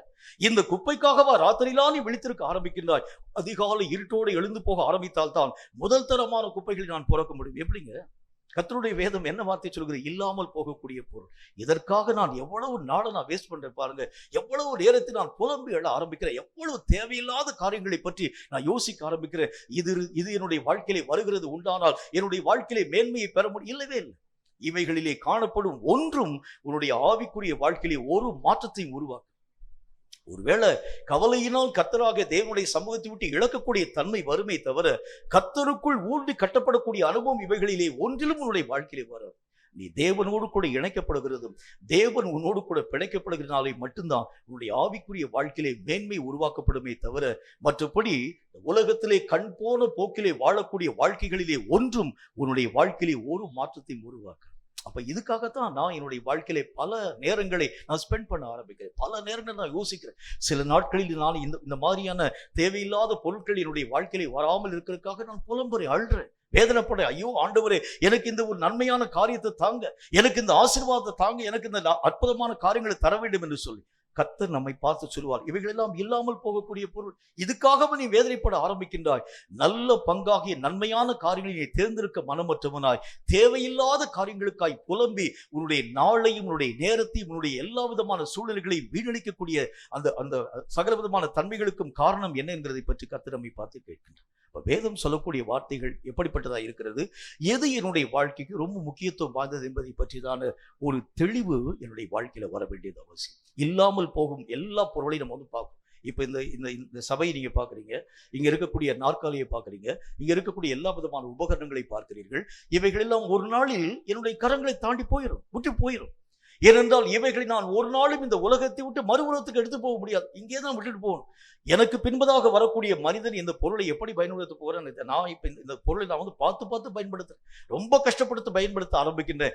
எந்த விதமான தீமையான காரியங்களும் அணுகாத அளவிற்காக இந்த பொருளின் மேல் நிறைய விதமான காரியங்களை பயன்படுத்தி ஸ்பான்ச் போட்டு எந்த ஸ்கிராட்ச் வரக்கூடாதுன்னு சொல்லி இனி வரக்கூடிய சந்ததி எப்படி பயன்படுத்த போறான்னு தெரியாது. நான் இவ்வளவு தூரம் கஷ்டப்பட்டு வைத்திருக்கக்கூடிய இந்த காரியங்களை பின்வரக்கூடிய ஜெனரேஷன் எப்படி அந்த காரியங்கள் யாவற்றையும் பயன்படுத்த போகிறான்னு தெரியாது. ஆகவேதான் கர்த்தர் சொல்கின்றார், இவைகள் எல்லாம் ஒரு நாளில் உன்னை தாண்டி போயிரும். இவைகளுக்காகவா உன்னுடைய காலங்களையும் நேரங்களையும் நீ விரயம் பண்ண போகின்றாய். எது முக்கியத்துவம் என்பதை நீ உன்னுடைய வாழ்க்கையிலே புரிந்து கொள்ள வேண்டும். கண்களினால் காணக்கூடியவைகள் எல்லாம் முக்கியத்துவம் வாய்ந்தவைகள் அல்ல, காணாதவைகளுக்காக நீ காத்திருக்கிறதான் மேன்மை, காணாதவைகளுக்காக நீ வாஞ்சிக்கிறதான் மேன்மை. இனி வரக்கூடிய உலகத்திற்காய் நீயும் நானும் மெய்யாகவே கர்த்தரை நோக்கி புலம்பி அழுகிறதான் மேன்மையை தவிர இந்த உலகத்திலே வாழக்கூடிய வாழ்க்கையெல்லாம் ஒரு நாளில் நம்மை தாண்டி கடந்து போக ஆரம்பிச்சு. கொஞ்ச வருஷத்திற்கு முன்பதாக, கொஞ்சம் வருஷம் இல்லை, இப்ப ஒரு கொஞ்ச நாளைக்கு முன்பதாக நடந்த ஒரு சம்பவத்தை உங்களுக்கு நான் சொல்ல வேண்டியது அவசியம். எனக்கு ரொம்ப அருமையான நெருக்கமான ஒரு நண்பர் ஒருவர், நம்ம இங்கதான் திருநெல்வேலியில் வசிக்கக்கூடிய நல்ல ஒரு நண்பர், நல்ல மனிதர். ரொம்ப எப்பவுமே அவருடைய வாழ்க்கையில் சோகத்தை பார்க்க முடியாது, எல்லா நேரத்திலும் கலகலப்பாய் சிரிக்கக்கூடிய ஒரு மனிதர். அவர் இருக்கக்கூடிய எல்லா இடத்தையும் எல்லா விதமான மக்களை சிரிக்க வைக்கக்கூடிய ஒரு மனுஷனும் கூட. நல்ல ஒரு வாழ்க்கை வாழ்ந்தவர் தான். தன்னுடைய பிள்ளைகளுக்காக ரொம்ப அநேக விதமான காரியங்கள் யாவற்றையும் செயல்படுத்த ஆரம்பிச்சார். மூத்த மகளுக்கு திருமணம் முடிச்சு வச்சுட்டாரு. 2வது மகள் இப்போ ஆயத்தமா இருக்கக்கூடிய ஒரு நேரம். நல்ல காரியங்கள் யாவற்றையும் செய்யக்கூடிய ஒரு மனிதர். அடிக்கடி அவங்க வீட்டுக்கு போய் நான் பேசி கொடுக்குற வழக்கம். ஆவிக்குரிய விஷயத்தை தான் பேசுவார், நிறைய காரியங்களை பற்றி பேச ஆரம்பிப்பார். அதுல அதாவது அநேக விதமான ஞானம் பெற்ற ஒரு மனிதனும் கூட நிறைய காரியங்களை செயல்படுத்தக்கூடிய ஒரு மனுஷன். திடீரென்று ஒரு நாள் மத்தியான நேரத்துல அவர் சாப்பிட்டுட்டு தன்னுடைய மனைவியும் அவர் இருக்கக்கூடிய நேரத்தில், எனக்கு லேசாக கொஞ்சம் செஸ்ட் பெயின் இருக்க மாதிரி தெரியுது, அந்த செஸ்ட் பெயினுக்காக நீ சற்று எனக்காக ஜெபம் பண்ணி என்னுடைய நெஞ்சில் கொஞ்சம் தேய்ச்சி விட வேண்டும் சொன்னார். அவ்வளோதான். கொஞ்ச நேரம் தேய்ச்சி விட்டாங்க, அந்த அம்மா தேய்ச்சி விட்டாங்க. கொஞ்ச நேரம் கழித்து என்ன விதமான காரியம் உருவாக்கப்பட்டது, அவர் சொன்னார், திரும்ப ஒரு வார்த்தை சொன்னார், இயேசுவின் ரத்தம் ஜெயம் சொல்லு, பிள்ளைகளை நல்லா பார்த்துக்கன்னு சொன்னார். அவ்வளோதான். பிள்ளைகளை பார்த்துக்கொள் என்கிற ஒரு வார்த்தையை சொல்லி முடித்த பிறகு இயேசுவின் ரத்தம் ஜெயம் சொல்லுது. 3வது முறை இயேசுவின் ரத்தம் ஜெயம் சொல்லும் போது அந்த ஜீவன் போயிடுச்சு. சம்பாதித்த காரியம்லாம் எங்க போச்சு பாருங்க. யாருடைய கரங்களை போயிடும். அவ்வளவுதான். ஒரு வினாடி மனுஷனுடைய உயிர்ல நான் இவ்வளவு நாள் பட்ட பிரயாசம் ஒரு செகண்ட்ல என்னுடைய கரங்களை தாண்டி போகுது. இதுக்காக நான் என்னுடைய காலங்களை விரயம் பண்ணுகிறதை காட்டிலும் என்னை போல மதிகெட்டவன் யாருமே இருக்க முடியாது பூமியில். ஆகவேதான் கர்த்தர் சொல்லுகின்றார், தெளிவான ஒரு வாழ்க்கை நீ வாழ பழகிக்கொள். எது உன்னுடைய வாழ்க்கையில முக்கியம், எதற்காக நீ மெய்யாகவே பிடிக்கப்பட்டிருக்கிற, எது உன்னுடைய வாழ்க்கையின் லட்சியமா இருக்கணும், எதை நோக்கி நீ பயணிக்க வேண்டியது அவசியம், இவைகளை நான் என்னுடைய வாழ்க்கையிலே தெளிவாய் தெரிந்து கொள்ள ஆரம்பித்தால் மட்டும்தான் வேதம் சொல்லக்கூடிய நல்ல ஒரு வார்த்தையின் அடிப்படையில் நல்ல பங்குகளை தெரிந்து கொள்ள உங்களாலும் என்னாலும் ஆகும் என்று கர்த்தர் நமக்கு சொல்லுகின்றார். அந்த பொருளை பற்றி கர்த்தருடைய வேதம் என்ன வார்த்தையை சொல்லுது பாருங்க. 5வது வசனத்தை திரும்ப வாசிக்கிறேன். இல்லாமல் போகும் பொருளின் மேல் உன் கண்களை பறக்க விடுவானேன், அது கழுகை போல சிறகுகளை தனக்கு உண்டு பண்ணி கொண்டு ஆகாய மார்க்கமாய் போயிடும். கஷ்டப்பட்டு சேர்த்து வச்சேன், கஷ்டப்பட்டு நான் பிடிச்சு வச்சிருந்தேன், எல்லா விதமான காரியங்களையும் நான் எனக்காக உரிமையாக வைத்திருக்கக்கூடிய அந்த காரியம் என் கண்கள் காண அது தனக்காக சிறகுகளை உருவாக்கி கொண்டு ஆகாய வெளியிலே பறந்து போயிடும். இவைகளை நான் பட்ட இந்த காரியங்களுக்காக நான் பண்ண நிறைய பிரயாசங்களை எல்லாம் வேஸ்ட் பண்ணக்கூடிய இந்த காரியங்களுக்காக நான் இப்போ உட்கார்ந்து வேதனைப்பட்டு பிரயோஜனம் இல்லை. அதற்காக நான் எவ்வளவு டயத்தை நான் ஸ்பெண்ட் பண்ணேன் பாருங்க. ஆகவேதான் கர்த்தர் சொல்கின்றார், ஒரு நாளை நீங்கள் மெய்யாகவே துவங்கக்கூடிய அந்த நாள்ல ஒவ்வொரு நேரத்தையும் எதற்காக நீங்க செலவு பண்ண போறீங்க, நல்லா நீங்க யோசிச்சு பாருங்க. சரியான காரியத்திற்காக நீங்கள் செலவு பண்ணுகிறது உண்டானால் மிகுந்த பலன்களை நான் தடையில்லாமல் பெற்றுக்கொள்ள முடியும். தேவையில்லாத விஷயங்களுக்காக என்னுடைய காலங்களில் நான் விரயம் பண்ண ஆரம்பிக்கிறது உண்டானால் கர்த்தராகிய தேவனை சந்திக்கும் அந்த நாளிலே நீங்களும் நானும் வெட்கப்படும் ஒரு மக்களாய் விளங்க ஆரம்பிக்கிறதை பார்க்க முடியும். அப்போ முக்கியமான காரியம் என்ன, எது இல்லாமல் போகக்கூடிய பொருள், எது நிரந்தரமான வாழ்க்கை என்பதை பற்றிதான ஒரு தெளிவு நம்முடைய வாழ்க்கையில இருக்கும். எது முக்கியத்துவம் வாய்ந்த ஒன்று, எதற்காக என்னுடைய வாழ்க்கை இந்த உலகத்திலே உருவாக்கப்பட்டிருக்கிறது, என்னை குறித்ததான கர்த்தருடைய திட்டம் என்ன, இவைகளை பற்றிதான ஒரு தெளிவை நான் என்னுடைய வாழ்க்கையிலே பெற்றுக்கொள்ள ஆரம்பிச்சா மட்டும்தான் மறு உலக வாழ்க்கையிலே நான் பிரவேசிக்கக்கூடிய முழு தகுதியை பெறக்கூடிய ஒரு மனிதனாக விளங்க முடியும் என்று கர்த்தருடைய வேதம் நமக்கு சுட்டி காண்பிக்க ஆரம்பிக்கிறது. இரண்டாவது ஒரு காரியத்தை பாருங்க, கர்த்தருடைய வேதம் சொல்லக்கூடிய மற்றும் ஒரு வார்த்தையினுடைய அடிப்படையில் 1 தெசலோனிக்கேயரின் புத்தகத்துல 5வது அதிகாரம் 6 முதல் 8 வரைக்கும் இருக்கக்கூடிய வசனங்கள் இந்த வார்த்தையை நமக்கு சொல்லுகிறது. 1 தெசலோனிக்கேயர் அதுல 5வது அதிகாரம் 6 முதல் 8 வரைக்கும் இருக்கக்கூடிய வசனங்களை கொஞ்சம் நான் வாசிக்கிறேன், கவனிங்க. ஆகையால் மற்றவர்கள் தூங்குகிறது போல நாம் தூங்காமல் விழித்துக்கொண்டு தெளிந்தவர்களாய் இருக்க கடவோம். 7வது வசனம், தூங்குகிறவர்கள் ராத்திரியிலே தூங்குவார்கள், வெறி கொள்ளுகிறவர்கள் ராத்திரியிலே வெறி கொள்வார்கள். 8வது வசனம், பகலுக்குரியவர்களாகிய நாமோ தெளிந்தவர்களாய் இருந்து விசுவாசம், அன்பு என்னும் மார்க்கவசங்களையும் ரட்சிப்பின் நம்பிக்கை என்னும் தலைச்சீராவையும் தரித்து கொண்டிருக்க கடவோம். இரண்டாவது காரியமாக கர்த்தராகிய தேவன் நம்மை பார்த்து சொல்லக்கூடிய முக்கியமான காரியம் என்ன அப்படின்னா எதிலே ஒரு தெளிவு நம்முடைய வாழ்க்கையில் இருக்கணும்னா, ஆயத்தப்படக்கூடிய விஷயத்துல ஒரு தெளிவு நம்முடைய வாழ்க்கையில் இருக்கணும். ஏனென்றால் கர்த்தராகிய தேவன் எந்த நேரத்தில் வருவார், சீஷர்கள் அவரை பார்த்து கேட்கிறாங்க, நீங்க எப்ப இந்த பூமிக்குள்ளாக வர போறீங்க? மனுஷகுமாரன் மனிதர்கள் நினையாத நாளிகள் திடீர்னு வந்துடுவார். எந்த நேரத்தில் அவர் வருவார் என்று தெரியாது. இந்த நேரத்தில் இப்போ உட்கார்ந்துக்கூடிய நேரத்தில் கர்த்தராகிய தேவன் ஒருவேளை வருவார் என்று சொன்னால் வரலாம். ஆண்டவராகிய தேவனுடைய வேதம் சொல்கிறது, அதிகாலை வேளையிலேயோ, சேவல் கூவக்கூடிய வேளையிலேயோ, அல்லது மத்தியான வேளையிலேயோ, அல்லது மாலை வேளையிலேயோ, அல்லது ஒருவேளை நள்ளிரவான வேளையிலேயோ, எந்த வேளையில் வேண்டுமானாலும் கர்த்தராகிய தேவன் வரலாம்.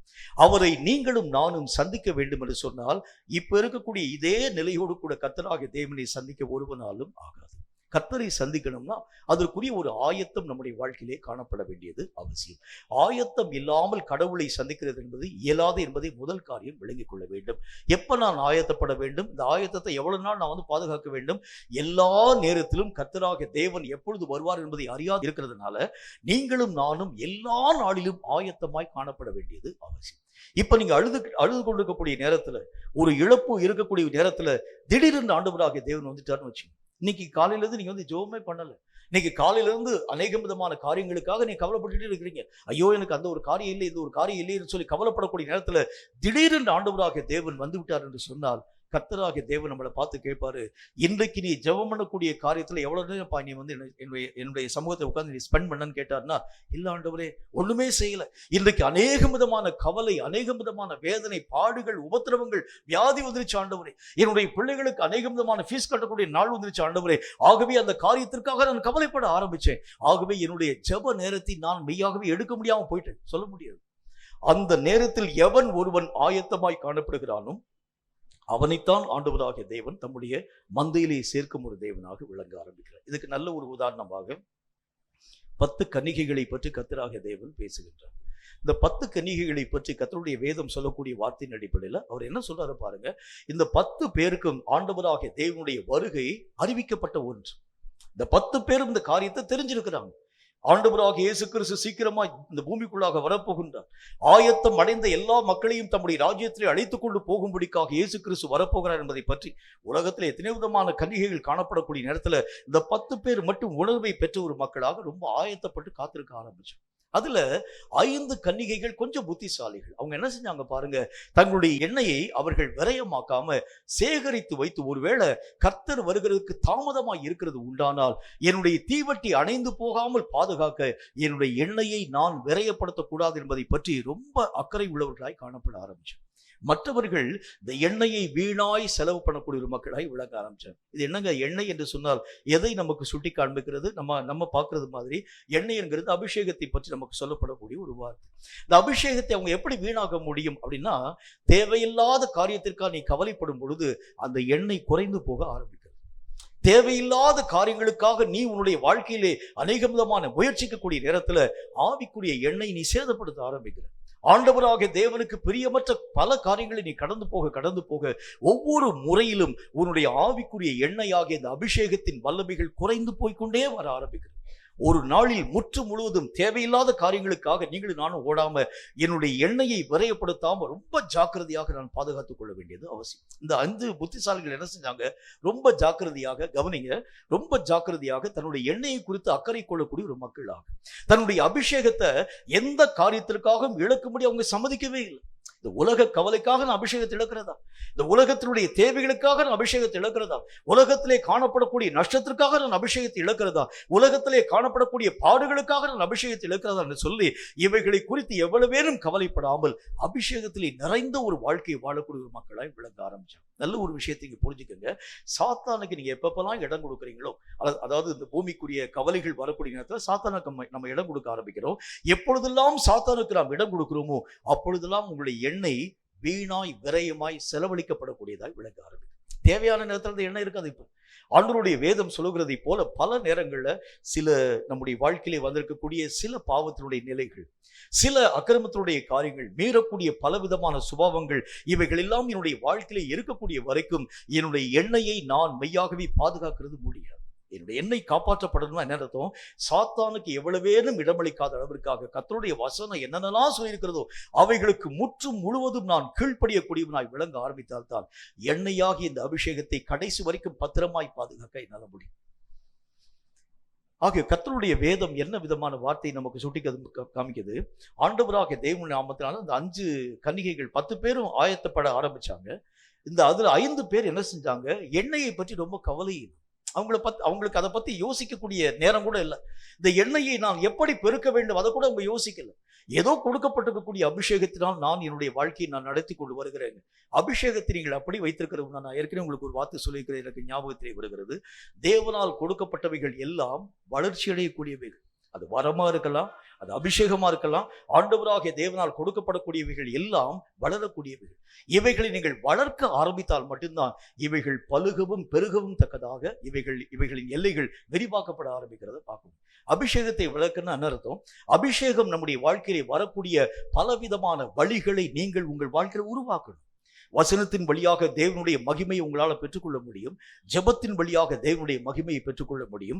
ஐக்கியங்களின் வழியாக கர்த்தருடைய மகிமையை நாம் பெற்றுக்கொள்ள முடியும். ஆண்டவராகிய தேவனுக்கு கீழ்ப்படியக்கூடிய தன்மைகளின் மூலமாய் கர்த்தருடைய அபிஷேகத்தினுடைய அந்த முழுமையை நாம் பெற்றுக்கொள்ள முடியும். இப்படி ஆண்டவராகிய தேவனுடைய அபிஷேகத்தை குறைவு பண்ண விடாத அளவிற்காக எந்தெந்த மார்க்கங்களில் எல்லாவற்றிலும் கூட இந்த அபிஷேகத்தை நான் பெருக்க முடியும். நான் பெருக்க ஆரம்பிச்சாதான் கர்த்தராகிய தேவனை சந்திக்கக்கூடிய அந்த நாளிலே நீங்களும் நானும் கைவிடப்படாத ஒரு மக்களாய் விளங்க முடியும். நான் செஞ்ச காரியம் என்ன அப்படின்னா, ஒரு நாளில் நான் அபிஷேகத்தை பெற்றுக்கொள்ள ஆரம்பித்தேன். அன்றோடு கூட அவைகளை பற்றிதான எந்த நினைவும் என்னுடைய வாழ்க்கையில் இல்லை. இப்ப நான் கேட்கக்கூடிய நேரத்தில் எல்லா விதமான மக்களும் என்னை பார்த்து கேட்கிறாங்க, நீங்க அபிஷேகம் வாங்கியிருக்காங்க? ஆமாங்க, நான் அபிஷேகம் பெற்ற ஒரு மனுஷன். 1908 வருஷத்திலே கர்த்தருடைய நாமத்தினால் நான் ஆவிக்குரிய அந்த நிறைவை நான் பெற்றுக்கொண்டேன். இப்ப நான் 2வது கேள்வியை கேட்க வேண்டியது அவசியம். அன்றைக்கு பெற்றுக்கொண்டிருக்கக்கூடிய அந்த வல்லமை இன்றளவும் உங்கள் வாழ்க்கையில நிலைத்திருக்கிறதா அப்படின்னு கேட்டீங்கன்னா நிறைய பேருடைய வாழ்க்கையில இல்லை. ஏன்னா முந்தி நான் போராடி நிற்கக்கூடிய அந்த போராட்டத்தினுடைய வல்லமையை நான் இப்பொழுது என்னுடைய வாழ்க்கை நான் இழந்து போக ஆரம்பிச்சிருக்கேன்.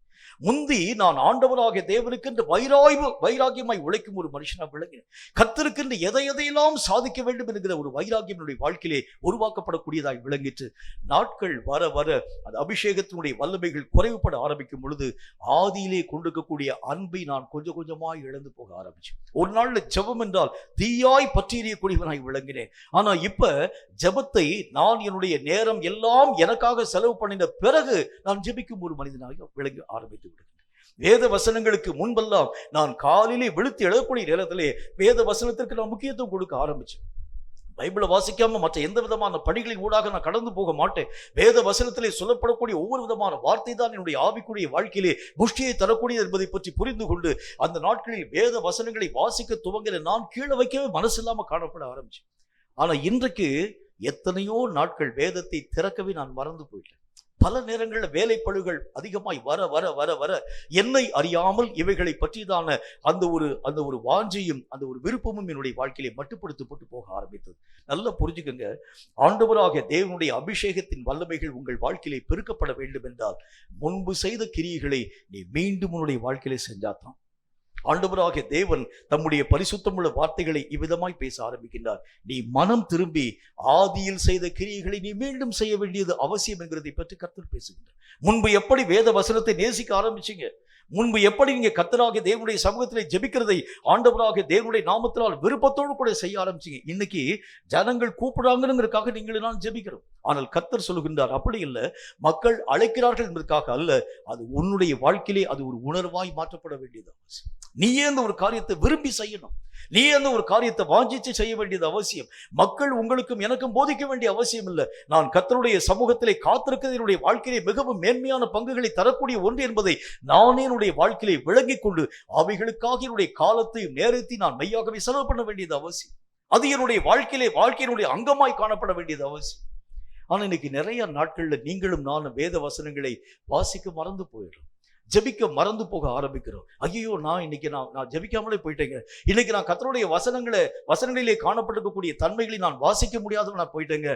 அது மட்டும் இல்லாம ஒரு காலத்தில் நான் கர்த்தருடைய வசனங்களிலே காணப்பட்டிருக்கக்கூடிய அநேக விதமான சத்தியமான காரியங்களை ஆழமாய் தியானிக்கும் ஒரு மனிதனாக விளங்க ஆரம்பிச்சேன். ஆனா இன்னைக்கு அந்த தியானம் எல்லாம் என்னுடைய வாழ்க்கை விட்டு குறைந்து போய் ஏதோ மக்களின் மூலமாய் சொல்லப்படக்கூடிய செய்தியை கேட்கிறேன், அத்தோடு கூட என்னுடைய அந்த தியானத்தை நான் நிறுத்திக் கொள்ள ஆரம்பிச்சேன். நல்ல ஒரு விஷயத்தை நீங்க புரிஞ்சுக்கங்க, நீங்கள் உங்கள் வாழ்க்கையிலே ஆண்டவராகிய தேவனால் கொடுக்கப்பட்டிருக்கக்கூடிய விஷயத்தை பயன்படுத்தாது இருக்கிறது உண்டானால் ஒரு நாளில் அந்த விஷயங்கள் எல்லாம் செயலிழந்து போக ஆரம்பிக்கிறதை பார்க்க முடியும். சாது சுந்தர் சிங் என்கின்ற தேவனுடைய மனிதன் தீபத் பகுதியிலே போய் ஊழியம் செய்யும்படிக்காக கடந்து போக ஆரம்பித்தார். அதாவது அவர் அந்த அந்த அந்த மலையில இருக்கக்கூடிய அநேக விதமான சன்னியாசிகளுக்கு போய் கர்த்தருடைய வார்த்தைகளை அறிவிக்க வேண்டும் என்கிற ஒரு விருப்பம், ஒரு வாஞ்சை, நேபாள் பகுதியில் போய் ஊழியங்களை செய்ய வேண்டும் என்கிற ஒரு தாகம் ஆண்டவருடைய நாமத்தினால அந்த இமயமலை பகுதியில் அவர் கடந்து போகக்கூடிய நேரத்தில் ஒரு சாமியார் ஒருவர் தொலை தூரத்தில் உட்கார்ந்து கொண்டு தன்னுடைய கரங்களை உயர்த்தி கொண்டு இருக்கக்கூடிய அந்த காட்சியை அவருடைய கண்கள் பார்த்து உடனே இவர் யோசிச்சாரு, மலை முகட்டில் நிற்க ஆரம்பிக்கிறதுனால முன்னால் இருக்கக்கூடிய சீஷர்களை அந்த சாமியார் ஆசீர்வதித்து அவங்களுக்கு தேவையான வார்த்தைகள் யாவற்றையும் சொல்லிக் கொண்டிருக்கிறார் போல இருக்கிறது. அந்த பிரசங்கத்திலும் அவர் நிறைவாக்கி முடிக்கட்டும், பின்னால் அவருக்கு போய் கர்த்தருடைய வார்த்தையை சொல்லலாம் என்று சொல்லி யோசிச்சார். ஆனால் ரொம்ப நேரம் ஆயிடுச்சு, 1 மணி நேரம் ஆயிடுச்சு, 2 மணி நேரத்துக்கு 2 மணி நேரம் அவர் தன்னுடைய அதாவது அந்த மக்களை ஆசீர்வதிக்கக்கூடிய அளவிற்காக 2 கையும் தூக்கிக்கொண்டே இருக்க ஆரம்பிச்சார். 2 மணி நேரம் ஒரு மனுஷன் கையை தூக்குறது எவ்வளவு கஷ்டம். 2 மணி நேரம் தூக்கிக்கொண்டே இருக்கக்கூடிய அந்த காரியத்தை பார்த்தார். சரின்னு சொல்லிட்டு அவர் இனியும் கூட அந்த வார்த்தைகளை அவர் சொல்லிக் கொண்டு ஆரம்பித்தாலும் பரவாயில்ல, போயிடலாம், பக்கத்தில் போயிடலாம்னு சொல்லி கடந்து போகக்கூடிய நேரத்தில் ஒருவர் கூட முன்னாலேயே இல்லை. ஆனால் 2 கைகள் உயர்த்தப்பட்டிருக்கக்கூடிய சாமியாருடைய கைகள் அப்படி இருக்க ஆரம்பித்து இவரை பார்த்து, இந்த சாமியாரை பார்த்து சாது சுந்தர் சிங் கேட்டாரு, என்ன இந்த மாதிரி 2 கையை உயர்த்தி ஆசீர்வதிக்கிற மாதிரி நீங்கள் கையை தூக்கிட்டு வந்துருந்தீங்க, மேலிருந்து பார்க்கக்கூடிய நேரத்தில் மக்களை நீங்கள் சீஷர்களை ஆசீர்வதிக்கிறீங்க போல இருக்குன்னு சொல்லி நான் யோசிச்சுட்டு இருந்தேன். உங்களுக்கு கர்த்தருடைய வார்த்தையை சொல்லும்படிக்காக வந்திருக்கிறேன். ஆனால் நான் பக்கத்தில் வரக்கூடிய நேரத்தில் நான் பார்க்க ஆரம்பித்தேன், ஒருவர் கூட இல்லாத இருக்கக்கூடிய நேரத்தில் 2 கைகளை உயர்த்திருக்கிறதுன்னு காரணம் என்ன? அந்த மனிதன் சாதுவை பார்த்து ஒரு வார்த்தை சொன்னாரு, இந்த 2 கைகளினால் கடவுளுக்கு விரோதமான பாவங்களை நான் செய்ய ஆரம்பிச்சனால இனி இந்த கைகள் இயங்கக்கூடாது என்பதற்காக நான் இந்த 2 கரங்களையும் தூக்கி வைத்து அப்படியே நிறுத்த ஆரம்பிச்சேன். 1 வாரம் 10 நாள் என்னுடைய கையெல்லாம் மரத்து போயிடுச்சு. இருந்தாலும் கூட பக்கத்தில் இருக்கக்கூடிய சில சீஷர்களை அழைப்பித்து அவர்களை பார்த்து சொன்னேன், என்னுடைய கைகளுடைய அந்த வேதனை நிமித்தமாக நான் மீண்டும் என்னுடைய கைகளை என்னுடைய வழக்கத்தின் ஊடாக நான் கீழே கொண்டு வந்துடக்கூடாது. ஆகவே என்னுடைய 2 கைகளை மரத்தோடு கூட ஒன்றாக இணைத்து கட்டுங்கள், இந்த கைகள் செயலிழந்து போக வேண்டும்.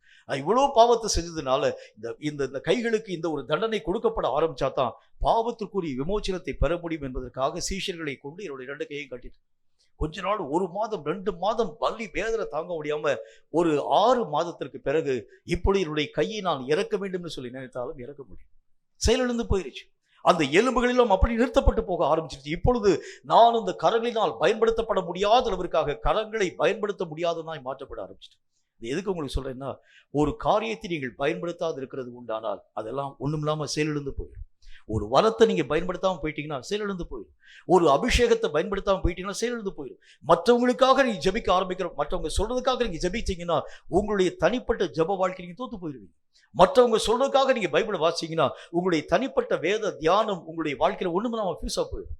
வேதம் சொல்லக்கூடிய வார்த்தையின் அடிப்படையில் இவைகளை நீங்கள் அன்றாடம் பயன்படுத்த ஆரம்பித்தால் மட்டும்தான், வழக்கங்களிலே காணப்பட ஆரம்பித்தால் தான் இவைகளிலே மூலமாய் வரக்கூடிய அபிஷேகத்தின் வல்லமைகளை முழுமையும் அடையப்பட உங்களாலும் என்னாலும்.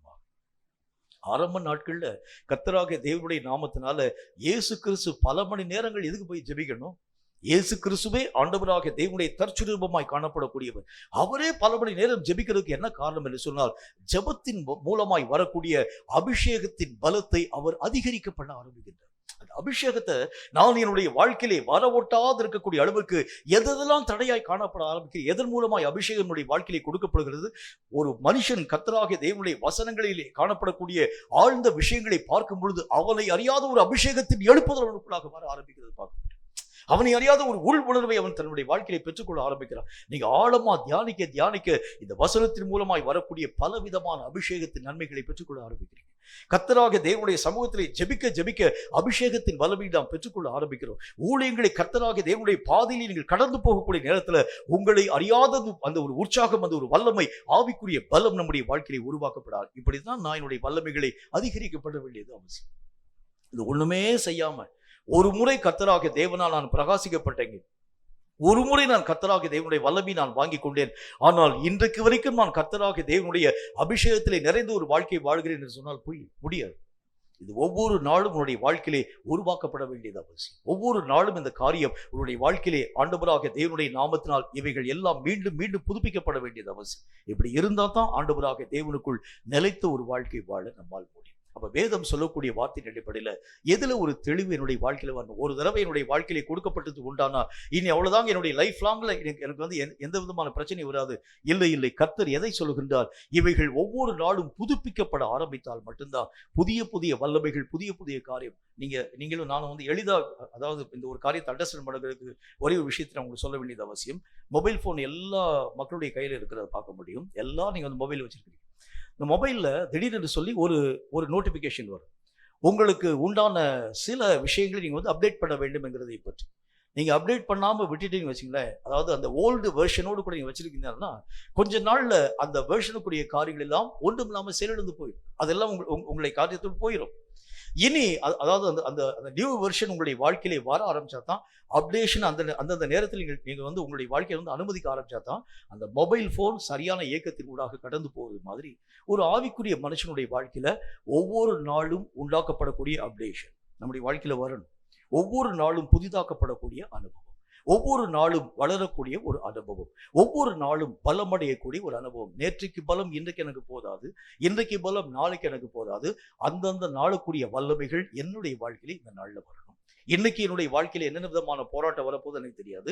இந்த போராட்டத்திற்குரிய வல்லமைகள் என்னுடைய வாழ்க்கையில் இன்னைக்கு வரணும். ஆனால் இன்றைக்கு வரக்கூடிய இதே போராட்டம் தான் நாளைக்கு வருமானா நாளைக்கு வராது, நாளைக்கு வேற போராட்டம் வரும். அதற்குண்டான வல்லமை என்னுடைய வாழ்க்கையிலே கொடுக்கப்பட ஆரம்பித்தால் மட்டும்தான் அந்த போராட்டத்தை ஜெயிக்க என்னால் முடியும். அப்ப என்னுடைய வாழ்க்கையிலே பழைய காலங்களை வைத்துக்கொண்டு நான் என்னுடைய வாழ்க்கையை கழிக்கிறது முடியாது. அதனாலதான் இன்றைக்கு வரைக்கும் நீங்களும் நானும் ஆவிக்குரிய விஷயத்திலே வளர்ச்சியின் ஊடாக கடந்து போகாது இருக்கிறதுடைய காரணம் அதுதான். இன்றைக்கு வரைக்கும் நீங்களும் நான் என்ன செய்றீங்க, அந்த பழைய காலத்தினுடைய எல்லா விதமான முறைமைகளை ஆசரிக்கிறோமே தவிர ஒவ்வொரு நாளும் வரக்கூடிய டெய்லி அப்டேஷன் வாழ்க்கையில உருவாக்கப்படுகிறது இல்லை.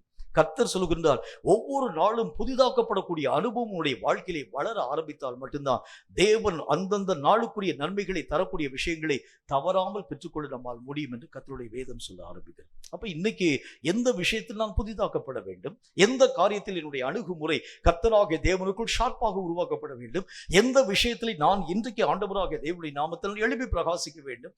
கர்த்தருடைய நாமத்தினாலே நேற்று வரக்கூடிய அதே சாத்தானே இன்னைக்கு வர மாட்டேன். இன்னைக்கு வரக்கூடியவன் வேறொரு வியூகத்திலே வேறொரு போர்விலே எனக்கு விரோதமாய் வரப்போகின்றான். அவனை நான் மேற்கொள்ள வேண்டும் என்றால் இன்னைக்குடைய அப்டேஷன் எனக்கு வேணும். இப்படி இருந்தா தான் ஆண்டவருடைய நாமத்தினாலே புதிதாக்கப்பட்டிருக்கக்கூடிய நிலைகளின் மூலமாகத்தான் அபிஷேகத்தின் வல்லமைகளை காப்பாற்றிக் கொள்ள உங்களாலும் என்னாலும் ஆகும். வேதம் சொல்லக்கூடிய நல்ல ஒரு வார்த்தையின் அடிப்படையில கர்த்தராகிய தேவனுடைய நாமத்தினாலே புத்தியுள்ள கணிகைகளாய் உருவாக்கப்பட வேண்டும் என்றால் டெய்லி அப்டேஷன் ஆகிய தெளிந்த ஒரு வாழ்க்கை உங்களுக்கும் எனக்கும் தேவைப்படுகிறது. இந்த வாழ்க்கையின் ஊடாக நம்ம கடந்து போக ஆரம்பிச்சாதான் ஒவ்வொரு நாளைக்குரிய போராட்டங்களை ஜெயிக்கவும் மறுநாளைக்குரிய ஆயத்தங்களின் ஊடாக கடந்து போகவும் உங்களாலும் என்னாலும் ஆகும். அப்ப வேதம் சொல்லக்கூடிய வார்த்தையின் அடிப்படையில ஆயத்தமாக்கப்படக்கூடிய அந்த நிலைகளை பற்றி ரொம்ப ஜாக்கிரதையா இருங்க. அந்த வசனத்துல என்ன விதமான காரியத்தை பார்க்கிறோம்? தூங்கக்கூடிய மக்கள்லாம் ராத்திரியில தூங்குவாங்க, வெறி கொள்ளக்கூடிய மக்கள்லாம் ராத்திரியில வெறி கொள்ளக்கூடிய ஒரு மக்களாய் விளங்குவாங்க. இப்ப அவர் வந்து எதை பத்தி பேசுறாரு? ராத்திரியை பத்தி பேசிட்டு வர்றாரு. ராத்திரியான அந்த சூழ்நிலைகளை பற்றி 1 தெசலோனிக்கேயரின் புத்தகத்துல 5வது அதிகாரத்தில் அவர் பேசிக் கொண்டு வருகிறார். என்ன சொல்கின்றார்? ஆதலால் மற்றவர்கள் தூங்குகிறது போல நாம் தூங்காமல் விழித்துக்கொண்டு தெரிந்தவளா எடுக்க கடவோம். அதுல 7வது வசனம், தூங்கக்கூடிய மக்கள் ராத்திரியில் தூங்குவாங்க, வெறி கொள்ளக்கூடிய மக்கள் ராத்திரியை வெளிக்கொள்வாங்க. அப்படின்னா அவர் வந்து எதை பத்தி பேசி கொண்டு வருகின்றார்? ராக்காலத்தை பத்தி பேசிட்டு வருகிறார். இந்த ராக்காலத்திலே காணப்பட்டிருக்கக்கூடிய மற்ற மக்களை போல நீங்கள் காணப்படாமல் உங்களுடைய வாழ்க்கை வேறு பிரிக்கப்பட்ட ஒரு வாழ்க்கை. எப்படிப்பட்ட வாழ்க்கை? அந்த எல்லா விதமான மக்களும் ராக்காலத்திலே காணப்பட்டிருக்கக்கூடிய மக்களாய் இருந்தாலும், ராக்காலத்திலே தங்கி இருக்கக்கூடிய அந்த காலங்கள் ஒருவரை இரவு காலமாய் காணப்பட ஆரம்பித்தாலும், உங்களுக்கு பெயரை கர்த்தர் வைத்திருக்கிறார், நீங்கள் பகலுக்குரியவர்கள் பேர் வச்சிருக்கிறார். பகலுக்குரியவர்களாகி நீங்க என்ன செய்யணும்? எல்லாரும் தூங்குற மாதிரி தூங்காம, எல்லா விதமான மக்களும் நித்திரை மயக்கத்திலே கடந்து போகிறதை போல போகாம, உங்கள் ஆயத்தத்துக்குரிய ஆயுதங்களை நீங்கள் எடுத்து ஆயத்தப்படுத்திக் கொள்ளுங்கள்னு சொல்றேன். விசுவாசமாகிய கேடகத்தை எடுத்துக்கங்க, எல்லா விதமான மார்க்கவசத்தை தரிச்சுக்கங்க, உடைவாளை எடுத்துக்கொள்ளுங்கள். உங்களுக்கு உண்டான எல்லா விதமான ஆயத்த நிலைகள், உங்களுக்காக வைக்கப்பட்டிருக்கக்கூடிய காரியங்களை நீங்கள் இந்த நாளிலே பயன்படுத்த வேண்டிய நேரம். எல்லாரும் தூங்குவான். எல்லா விதமான மக்களும் எவைகளை பற்றி அக்கறை இல்லாத இருக்கக்கூடிய ஒரு மக்களாய் காணப்பட ஆரம்பிப்பார். ஆனால் பகலுக்குரியவர்களாகி நீங்கள் காலங்கள் ஒருவேளை இரவு காலமாய் காணப்பட ஆரம்பித்தாலும், உங்களுக்கு தேவன் வைத்திருக்கக்கூடிய பெயர் காலம் ராக்காலமா இருக்கலாம், ஆனால் நீங்கள் பகலுக்குரிய ஜனங்கள், வெளிச்சத்தின் மக்கள். ஆகவே நீங்கள் செய்ய வேண்டிய பணி என்ன? மற்றவங்க தூங்குற மாதிரி நீங்க தூங்கிடாதீங்க. உங்களுக்கு உண்டான ஆயத்த நிலைகளை நீங்கள் பெற்றுக்கொள்ள வேண்டும் என்று கர்த்தர் நமக்கு சொல்ல ஆரம்பிக்கிறார். அப்ப எனக்கு உண்டான ஆயத்த நிலை, இன்னைக்கு இருக்கக்கூடிய ஆயத்த நிலை என்ன? நாளைக்கு நான் எப்படி ஆயத்தத்தின் ஊடாக கடந்து போக வேண்டும்? இவைகளை பற்றியதான நினைவின் ஊடாக கடந்து போக ஆரம்பித்தால் மட்டும்தான் வேதம் சொல்லக்கூடிய வார்த்தையின் அடிப்படையில் ஒரு தெளிவான ஒரு மார்க்கத்தின் ஊடாக கடந்து போக முடியும். கர்த்தராகிய தேவனால் ஆயத்தப்படுத்தப்பட்டிருக்கக்கூடிய மகிமையின் ராஜ்யத்தின் ஊடாக பயணப்பட உங்களாலும் என்னாலும் ஆகும். இன்னொரு காரியத்தை பாருங்க, கர்த்தருடைய வேதம் சொல்லக்கூடிய மற்றும் ஒரு வார்த்தையின் அடிப்படையில் 1 சாமுவேலின் புத்தகத்துல 14வது அதிகாரம் 25 முதல் 30வது வசனம் வரைக்கும் இருக்கக்கூடிய சில வசனங்களை உங்களுக்காக வாசிக்கிறேன். 1 சாமுவேல் 14வது அதிகாரம் 25வது வசனம் துவங்கி 30வது வசனம் வரைக்கும் இருக்கக்கூடிய அந்த பகுதியை வாசிக்கிறேன். அது என்ன விதமான வார்த்தை நமக்கு சொல்லுதுன்னு பாருங்க. தேசத்து ஜனங்கள் எல்லாரும் ஒரு காட்டிலே வந்தார்கள். அங்கே வெளியிலே தேன் கூடு கட்டியிருந்தது. 26வது வசனம், ஜனங்கள் காட்டிலே வந்தபோது இதோ தேன் ஒழுகி கொண்டிருந்தது, ஆனாலும் ஒருவனும் அதை தன் கையினாலே தொட்டு தன் வாயிலே வைக்கவில்லை. ஜனங்கள் அந்த ஆணை நிமித்தம் பயப்பட்டார்கள். 27வது வசனம், யோனத்தான் தன் தகப்பன் ஜனங்களுக்கு ஆணையிட்டதை கேள்விப்படவில்லை. அவன் தன் கையிலே இருந்த கோலை நீட்டி அது நுனியிலே தேன்கூட்டை குத்தி அதை எடுத்து தன் வாயிலே போட்டுக்கொண்டான். அதனால் அவன் கண் தெளிந்தது. 28வது வசனம், அப்பொழுது ஜனங்களில் ஒருவன், இன்றைக்கு போஜனம் சாப்பிடுகிறவன் சபிக்கப்பட்டவன் என்று உம்முடைய தகப்பனார் ஜனங்களுக்கு உறுதியாக ஆணையிட்டிருக்கிறார், ஆகையால் ஜனங்கள் விடாய்த்திருக்கிறார்கள் என்றான். 29வது வசனம், அப்பொழுது யோனத்தான், என் தகப்பன் தேசத்தின் ஜனங்களை கலகப்படுத்தினார், நான் இந்த தேனிலே கொஞ்சம் ருசி பார்த்ததினால் என் கண்கள் தெளிந்ததை பாருங்கள். 30வது வசனம், இந்த தினம் ஜனங்கள் தங்களுக்கு அகப்பட்ட தங்கள் சத்துருக்களின் கொள்ளையிலே ஏதாகிலும் புசித்திருந்தால் எத்தனை நலமாயிருக்கும், பெலிஸ்தியருக்குள் உண்டான சங்காரம் மிகவும் அதிகமாயிருக்குமேன்னு சொன்னார். நம்முடைய வாழ்க்கையில எதுக்காக நம்ம பிடிக்கப்பட்டிருக்கிறோம் அப்படின்னா நம்ம நிறைய நேரத்துல எதை நம்ம யோசிக்கிறோம்னா, சாத்தானோடு கூட ஒண்டி நம்ம சண்டை போடணும், ஒரு சாத்தானை நம்ம தோற்கடிக்கும்படிக்காக நம்ம முயற்சி பண்ணி நிறைய பிரயாசப்பட்டு கர்த்தருடைய நாமத்தினால பலத்தை வாங்கிட்டு எனக்கு முன்பதாக வரக்கூடிய ஒரு பிசாசை நான் அடித்து வீழ்த்த வேண்டியது அவசியம். இப்படித்தான் நான் முயற்சிக்கிறேன். ஆனா வசனத்துல ஆண்டவராகிய தேவன் என்ன கணக்கு போடான்னா, உங்களில் ஒருவன் ஒரு பிசாசை துரத்தக்கூடியவன் அல்ல, ஒருவன் 1000 பேரை துரத்துவான்னு கணக்கு போடுறார். 2 பேரும் சேர்ந்துட்டானா 2000 பிசாசை இல்ல, 2 பேரும் சேர்ந்துட்டானா 10000 பேரை அவங்க க்ளோஸ் பண்ணிடுவாங்க. அப்ப வேதம் சொல்லக்கூடிய கணக்குகளையும் நம்முடைய கணக்குகளையும் பார்க்கிறது உண்டானால் முற்றிலும் மாறுபட்டிருக்கக்கூடிய கருத்துக்களை கர்த்தர் நமக்கு சொல்ல ஆரம்பிக்கிறார். இப்ப சவுல் ராஜா என்ன செஞ்சிருக்கிறார்? ஒரு புத்தீனமான ஒரு உடன்படிக்கை ஏற்படுத்தியிருக்கிறார். என்ன புத்தீனமான உடன்படிக்கை ஏற்படுத்தியிருக்கிறாரு? பெலிஸ்தியர்களை கொண்டு போடக்கூடிய வரைக்கும் யாருமே சாப்பிடக்கூடாது. வாயில பச்சை தண்ணி கூட படக்கூடாது. எல்லா விதமான மக்களும் இந்த ஒரு காரியத்திலே உறுதியாக நாம் மெய்யாகவே காணப்படுகிறது உண்டானால் இந்த பெலிஸ்திய ஜனங்களை அழித்து போட நம்மால் முடியும். பல நேரங்களில் நீங்களும் நானும் முட்டாள்தனமா பலவிதமான காரியங்களை செயல்படுத்த ஆரம்பிக்கிறதை பார்க்க முடியும்.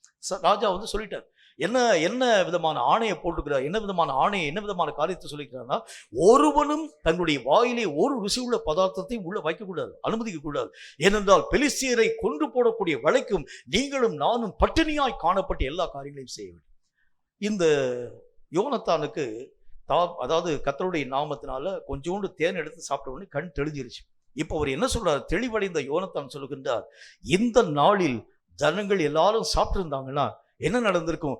பெலிஸ்தியர்களுடைய நாட்டிலே காணப்பட்டிருக்கக்கூடிய சங்காரம் இன்னும் மிகுதியா போயிருக்குமே.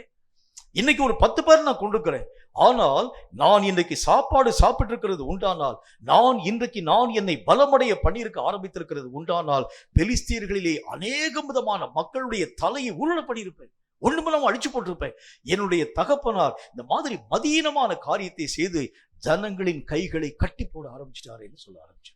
சில நேரங்கள்ல நீங்களும் நானும் செய்யக்கூடிய முயற்சி ஒன்றைக்கு ஒன்று என்கிறதை பற்றி அல்ல.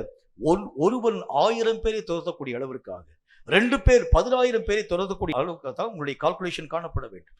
ஆனால் இன்றைக்கு நான் செய்யக்கூடிய காரியம், ஒரு பிரச்சனையை பார்த்த உடனே அந்த ஒரு பிரச்சனையை மட்டும் நான் ஃபேஸ் பண்ணி அந்த காரியங்களின் ஊடாக நான் கடந்து போக ஆரம்பிக்கிறேன். கர்த்தர் சொல்கிறார், ஒரு பிரச்சனை மட்டுமல்ல, கர்த்தராக தேவன் அழிக்கக்கூடிய அந்த அழிவை நீங்க பார்த்தீங்கன்னா உங்களுக்கு நல்லாவே தெரியும். வேதம் சொல்லக்கூடிய வார்த்தையின் அடிப்படையில் எசேக்கியா ராஜாவுக்கு விரோதமாக ஒரு பெரிய ஒரு சண்டை ஒன்று உருவாக்கப்படுகிறது. இந்த ராஜா வந்து சண்டைக்காக காரியங்கள் யாவற்றையும் ஆண்டவராக தேவனுடைய நாமத்திற்கு விரோதமான வார்த்தைகளை பேசி ராஜாவாகிய எசேக்கியாவுடைய மனதை கலங்க பண்ண ஆரம்பிக்கிறார். உடனே ரப்சாக்கி என்கிற மனுஷன் வந்து நிறைய வார்த்தைகளை பேச ஆரம்பிச்சா. அந்த வார்த்தைகளை நிமித்தம் ராஜா ரொம்ப பயந்து போய் ஆண்டவருக்கு முன்பதாக போய் எல்லா விதமான அந்த லெட்டர்கள் யாவற்றையும் பிரித்து படிக்க ஆரம்பிச்சாரு. கர்த்தாவே, நீங்க பார்த்துக்கோங்க, நீங்க எங்களுக்காக யுத்தம் பண்ணுங்க, நீங்க தான் வந்து யுத்தத்துல பெரிய காரியங்களை சாதிக்கக்கூடிய ஒரு தேவன், எங்களுக்கு யுத்தம் பண்ண தெரியும், என்றாலும் கூட உங்களை மாதிரி யுத்தம் பண்ண எங்களால் முடியாத ஆண்டவர். அந்த நேரத்தில் வரக்கூடிய பிரச்சனையை சமாளிக்க எங்களால் முடியும், ஆனால் திரும்ப அதே விதமான பிரச்சனை மீண்டும் அது எங்களுக்கு விரோதமாய் வருகிறது உண்டானால் அதை சமாளிக்க எங்களால் முடியாது. ஆகவே உங்க கையில இந்த யுத்தத்தினுடைய பொறுப்புகள் எல்லாவற்றையும் தருகிறேன் என்பதை பற்றி சொல்ல ஆரம்பிச்சேன். நடந்த காரியத்தை பார்க்கிறோம். கர்த்தர் சொன்னா, நீங்க போய் நல்லா போய் நீங்க வந்து ஓய்வெடுங்க, ரெஸ்ட் எடுங்க. என்றாலும் கூட அந்த மக்களுக்குள்ளாக நான் கலக்கத்தை உருவாக்கி அவர்களிலே காணப்படக்கூடிய மக்களுக்குள்ளாக ஒருவருடைய பட்டயத்தை ஒருவருக்கு விரோதமாய் ஓங்க பண்ணி நானே அவர்களை கலங்கடிப்பேன் என்று கர்த்தர் சொல்லிட்டார். இப்ப முதல் காரியம் வந்து என்ன செய்யறாரு கர்த்தர்? இந்த மக்களுக்கு இருக்கக்கூடிய அதாவது அப்டேட்ல இருக்கக்கூடிய இப்ப ரீசெண்டா இருக்கக்கூடிய அந்த பிரச்சனைகளை சால்வ் பண்ணக்கூடிய முகாந்திரமாக அவர்களுக்குள் ஒரு பெரிய ஒரு பிரிவினையை உருவாக்கி ஒருவருடைய பட்டயம் ஒருவர் மேல் ஓங்கக்கூடிய அளவிற்கான காரியத்தை செஞ்சுட்டார். இப்ப எல்லாரும் முறிஞ்சு ஓடி போயிட்டாங்க, திரும்ப ஓடி போயிட்டாங்க. ராஜாவாகிய பெனாதாத் வந்து நேரா தன்னுடைய கோயிலுக்கு கடந்து போறார். இப்ப ராஜாவுக்கு வந்து என்ன காரியம்? இப்ப அநேக விதமான மக்களை நான் கூலி புரிந்து கொண்டேன், இவங்க தான் வந்து என்னுடைய வார்த்தைகளுக்கு கீழ்ப்படியாம தங்கள் மனம் போன போக்கின்படி எங்களோடு கூட அவர்கள் யுத்தம் பண்ணி எங்களுடைய எல்லா விதமான படை பலத்தை பலவீனப்படுத்திட்டாங்க. ஆகவே வேறொரு ஆட்களை நான் கூலி புரிந்து கொண்டு இந்த இஸ்ரவேல் நாட்டை அழிக்கும்படிக்காக வர வேண்டும் என்று சொல்லி யோசனையோடு கூட தன்னுடைய கோயிலுக்கு கடந்து போகிற ராஜா. அப்ப வேத புத்தகத்தில் ஆண்டவருடைய வசனம் என்ன வார்த்தை சொல்கிறது? கோயிலுக்கு ராஜா போயிருக்கக்கூடிய நேரத்துல இந்த ராஜா இருந்தா எல்லா நாளிலும் இஸ்ரவேல் மக்களுக்கு பிரச்சனை வந்துடும். இன்னைக்கு இந்த படையை கூட்டிட்டு வந்திருக்கிறான், நாளைக்கு வேறொரு குரூப்பை வந்து இந்த ராஜா கட்டாயமாய் கூலி பொறுத்து கொண்டு கடந்து வந்து விடுவார். ஆகவே கர்த்தராகிய தேவன் பார்த்தார், இந்த மனிதனை அழித்தால் மட்டும்தான் இஸ்ரவேல் மக்களுக்கு நிரந்தரமான விடுதலை உருவாக்கப்படும் என்பதை அறிந்து நிகுஸ்தான் கோயில போய் அவர் வந்து ஆராதனை பண்ணி கொண்டிருக்கக்கூடிய நேரத்துல அவனுடைய கர்ப்பப்பிறப்பாய் காணப்படக்கூடிய சில மக்களால் அந்த ராஜா கொல்லப்பட்டார். அப்ப கர்த்தர் என்ன செய்யறாரு பாருங்க, அழிக்கும் போது அந்த நேரத்து பிரச்சனை மட்டுமல்ல, ரூட்டோட பிடுங்கி போட்டுறாரு. இப்ப கர்த்தர் என்ன சொல்றாரு? ஏதாகிலும் ஒரு காரியத்தினுடைய மேலெழுந்த வாரியான யுத்தத்தோடு கூட அல்ல. தாவீதுக்கும் ஆண்டவராகிய தேவன் இதே விதமான காரியத்தை தான் செய்யறார். கர்த்தருடைய நாமத்தினால தாவீது தன்னுடைய கையிலே வைத்திருக்கக்கூடிய கவலை சுழற்றி அந்த கல்லினால் கோலியாத்துடைய நெற்றிப்பட எரிஞ்சிட்டான். கோலியாத்து கீழே விழுந்துட்டான். கீழே விழுந்ததோடு கூட யுத்தம் நின்று போய்விடவில்லை. கர்த்தருடைய நாமத்தினால தாவீது எழுந்து கடந்து போய் நேரா போய் அந்த பெலிஸ்தியனுடைய உடை வாளை உருவி அவருடைய கழுத்தை வாங்கி போட்டு யுத்தத்தை நிறைவாக்கி முடிச்சிட்டான். முழுவதும் தீர அழிக்கக்கூடிய ஒரு காரியம். அதனுடைய ரூட் வரைக்கும் நீங்க அழிச்சிடணும். அது ஒருவேளை அந்த ரூட்டை நீங்க விட்டுட்டீங்கன்னா திரும்ப திரும்ப அது எனக்கு விரோதமான காரியங்களை உருவாக்க ஆரம்பிச்சு. எதுல எனக்கு தெளிவு இருக்க வேண்டும்? கர்த்தருடைய வேதம் சொல்கிறதை போல அந்த நேரத்தில் வரக்கூடிய பிரச்சனையை சால்வ் பண்ணக்கூடிய அளவுக்கு தெளிவல்ல. அந்த பிரச்சனையே வராதிருக்க வேண்டும் என்றால் அதனுடைய உள்ளாக காணப்படக்கூடிய ரூட்டை நீங்க மெய்யாகவே அப்புறப்படுத்த வேண்டியது அவசியம். இதைத்தான் கர்த்தராகிய தேவன் சொல்ல ஆரம்பிக்கிறார். அவர் சொல்றாரு, இந்த பெலிஸ்தியர்களை இந்த நேரத்தில் நான் மெய்யாகவே நிறுத்துகிறது அல்ல, பெலிஸ்தியர்களிலே அநேக விதமான மக்களை நாம் கொண்டிருக்கிறது உண்டானால் இனி பெலிஸ்திய சாம்ராஜ்யமே இஸ்ரவேலுக்கு விரோதமாய் தலையெடுத்திருக்கவே மாட்டாங்க. என்னுடைய தகப்பனார் மெய்யாகவே இந்த ஒரு உடன்படிக்கையை செய்ததுனால நம்முடைய கரங்களை அவன் கட்டி போட்டு விட்டான். இன்றைக்கு இருக்கக்கூடிய இந்த யுத்தத்திலே காணப்பட்டிருக்கக்கூடிய இந்த மக்கள் மட்டும் தங்களுக்கு உண்டான ஆகாரங்களை புசித்திருக்கிறது உண்டானால் பெலிஸ்தியர்களுடைய எல்லா விதமான காரியங்களை ஒட்டுமொத்தமாய் அழித்திருக்க முடிஞ்சிருக்கும். இன்னைக்கு நம்ம இன்னைக்கு இருக்கக்கூடிய பிரச்சனையை சால்வ் பண்ணிருக்கோம், ஆனால் முழுவதும் அழிக்காம போயிட்டோம். முழுவதும் அழித்திருக்க வேண்டும் என்று சொன்னால் அந்த உடன்படிக்கை இல்லாமல் நான் என்னை பலமடைய பண்ணியிருக்கிறது உண்டானால் அந்த பிரச்சனையுடைய ரூட் முதற்கொண்டு நான் ஒன்று நாள் வேறு எடுத்து போட்டுருக்கேன். கர்த்தருடைய வேதம் சொல்லக்கூடிய வார்த்தையின் அடிப்படையில் எதுல உனக்கு தெளிவு இருக்கணும் அப்படின்னா பிரச்சனை வரக்கூடிய அந்த நேரத்துல மற்றொரு சொல்யூஷனை தேடாத. இனி பிரச்சனையே வராது இருக்கக்கூடிய அளவுக்கு ரூட் எங்க இருக்குன்னு பாரு. எந்த காரியத்தினாலும் இந்த பிரச்சனை வருகிறது என்று பார்த்து ரூட்டை நீ அடிச்சிட்டேன்னா இனி திரும்ப அந்த பிரச்சனைகள் உன்னுடைய வாழ்க்கையில தலையெடுக்கிறதே இல்லை. உன்னுடைய வாழ்க்கையிலே வரவே வராது. நம்முடைய வாழ்க்கையில நிறைய நேரங்களை நம்ம பயன்படுத்தக்கூடிய மருந்து, இந்த மருந்துகள் செய்யக்கூடிய காரியங்கள் என்ன, அந்த நேரத்திற்கு ஒரு ரிலீஃப் நமக்கு தரும். ஆனால் ரூட்ல என்ன விதமான பிரச்சனையினாலும் இந்த வியாதி வந்திருக்கு நமக்கு தெரியல. அந்த நேரத்துக்கு இருக்கக்கூடிய பிரச்சனைக்காக ஏதாவது ஒரு சில மருந்து மாத்திரைகளை பயன்படுத்தி அந்த நேரத்துக்கு இருக்கக்கூடிய அந்த அந்த அந்த பிரச்சனையை மாற்றும்படியான காரியங்களை நம்ம செயல்படுத்த ஆரம்பிக்கிறோம். ஆனால் கர்த்தர் என்ன சொல்லுகின்றாரு, இந்த பிரச்சனை முழுக்க உன்னுடைய வாழ்க்கையை விட்டு முழுவதும் நீக்கப்பட வேண்டும் என்றால் மேலெழுந்த வாரியான அநேக விதமான தீர்வுகள் அது தீர்வாகாது. எப்படி உன்னுடைய வாழ்க்கையில முழு தீர்வு வர முடியும் என்று சொன்னால் அதனுடைய வேர் எங்க இருக்குன்னு பாரு. எதை நீ அழித்தால் அவைகளை முற்றிலும் மெய்யாகவே நிர்மூலமாக்க முடியும். அவைகளை முற்றிலும் அழித்து ஒழிக்கக்கூடிய வகை முறை என்றால் என்ன, அதைத்தான் கர்த்தராகிய தேவன் நமக்கு கற்பிக்கக்கூடியவராய் விளங்க ஆரம்பிக்கிறார். இப்ப ஒரு தெளிவு என்கிறது எதை ஆண்டவராக தேவன் நமக்கு சொல்லிக் கொடுக்கின்றார் அப்படின்னா, தெளிவாய் நீங்கள் உங்களுடைய வாழ்க்கையிலே வரக்கூடிய பிரச்சனைகளை அணுகுங்கள். இந்த பிரச்சனைகளுக்குரிய சொல்யூஷன் அந்த நேரத்தில் இருக்கக்கூடிய காரியங்களுக்காக நீங்கள் தீர்வுகளை செயல்படுத்தாம முற்றிலும் இந்த பிரச்சனைக்குரிய காரியம் திரும்ப என்னுடைய வாழ்க்கையிலே தலையெடுக்கவே முடியாத அளவிற்காக செயல்பட பண்ண வேண்டும் என்று சொன்னால் ஒரு தெளிவான ஒரு பார்வை உங்களுக்கும் எனக்கும் வர வேண்டியது அவசியம் என்கிறதை பற்றி கர்த்தராகிய தேவன் நமக்கு சொல்ல ஆரம்பிக்கிறார். இன்னைக்கு நிறைய மக்கள் செய்யக்கூடிய பெரிய தப்பிதம் என்ன அப்படின்னு பார்த்தீங்கன்னா, இப்போ எனக்கு ஒரு பிரச்சனை இருக்கிறதுன்னு சொன்னால் உடனே நான் ஊழியக்காரன் நான் தேடி போறேன். ஐயா எனக்காக நீ ஜெபம் பண்ணுங்க, என்னுடைய இந்த பிரச்சனையை தாங்க என்னால் முடியல, ரொம்ப கஷ்டமா இருக்கிறது. அவரும் ஜெபம் பண்ணுவார். கர்த்தருடைய நாமத்தில் அந்த பிரச்சனை எல்லாம் தீர்க்கப்பட வேண்டும். இயேசுவின் நாமத்தில் அந்த பிசாசு தான் உங்களுடைய குடும்பத்தில் இவ்வளவு பெரிய அழிவை உருவாக்கி கொண்டு வருகிறது. கர்த்தருடைய நாமத்தில் அந்த பிசாசை நான் இந்த வேலையோடு கூட இவனை விட்டு நான் துரத்துக்கிறேன்னு சொல்லி ஜெபம் பண்ணி துரத்தி விட்டுருவார். திரும்ப வீட்டுக்கு போனோடனே மறுபடியும் அதே விதமான பிசாசு உள்ள வந்துடும். அப்படின்னா என்ன அர்த்தம், அந்த வேர் இன்னும் உள்ள இருக்கு. அந்த வேரை நீங்க அழிக்காம மேலெழுந்த வாரியாக ஏதாகிலும் ஒரு காரியத்தை செய்கிறது உண்டானால் திரும்ப திரும்ப அந்த காரியம் உங்களுடைய வாழ்க்கையில வந்துட்டே இருக்கும். கர்த்தர் என்ன சொல்லுகிறார் என்று சொன்னால், தெளிவான அணுகுமுறையோடு கூட ஒவ்வொரு காரியத்தையும் நீங்க அணுகி பாருங்க. உங்க வாழ்க்கையில வந்திருக்கக்கூடிய ஒவ்வொரு விஷயத்தையும் முழுவதும் உங்களுடைய வாழ்க்கையில அவைகள் எல்லாவற்றையும் விட்டு விலக்கப்பட வேண்டும் என்று சொன்னால், முழு தீர்வை நீங்கள் எட்ட வேண்டும் என்று சொன்னால், வேறு பகுதியை முதல் காரியம் சுட்டரிக்க நீங்க பிரயாசப்படும். இது என்னுடைய வாழ்க்கையில எங்க வேறு இருக்கிறதுன்னு பாருங்க. எந்த காரியத்தின் அடிப்படையில் இதே விதமான பிரச்சனை திரும்ப திரும்ப வந்துகிட்டே இருக்குன்னு பாருங்க. இந்த பிரச்சனைக்கு என்ன காரணத்தினால் இந்த பிரச்சனைக்குரிய தன்மைகள் ஒவ்வொரு நாளும் என்னை வாட்டிக்கொண்டே வர ஆரம்பிக்கிறது. ஒருவேளை வெவ்வேறு ரூபத்துல வரலாம், வெவ்வேறு பேர்ல கூட வரலாம். வெவ்வேறு பேரிலே வர ஆரம்பித்தாலும் பிரச்சனைகள் ஒண்ணுதான், ஒரே விதமான காரியம் தான். சில ஹோட்டலில் நீங்க கடந்து போகக்கூடிய நேரத்துல, அதாவது சென்னையில ஆரம்ப நாட்களில் நான் என்னுடைய இந்த மியூசிக்கை நான் கொஞ்சம் டெவலப் பண்ண வேண்டும் என்பதற்காக, கிட்டாரை வாசிக்க வேண்டும் என்பதற்காக சென்னையில் போய் ஒரு மாத கோர்ஸுக்காக நான் கடந்து போயிருக்க கூடிய அந்த காலம். அப்போ அந்த கோர்ஸ் முடிச்சு நான் திரும்ப வரக்கூடிய நேரத்தில் ஒரு ஹோட்டலில் போய் ஏதோ ஒரு பேர், வாய்க்கு வராத ஒரு பேர் போட்டிருந்தாங்க.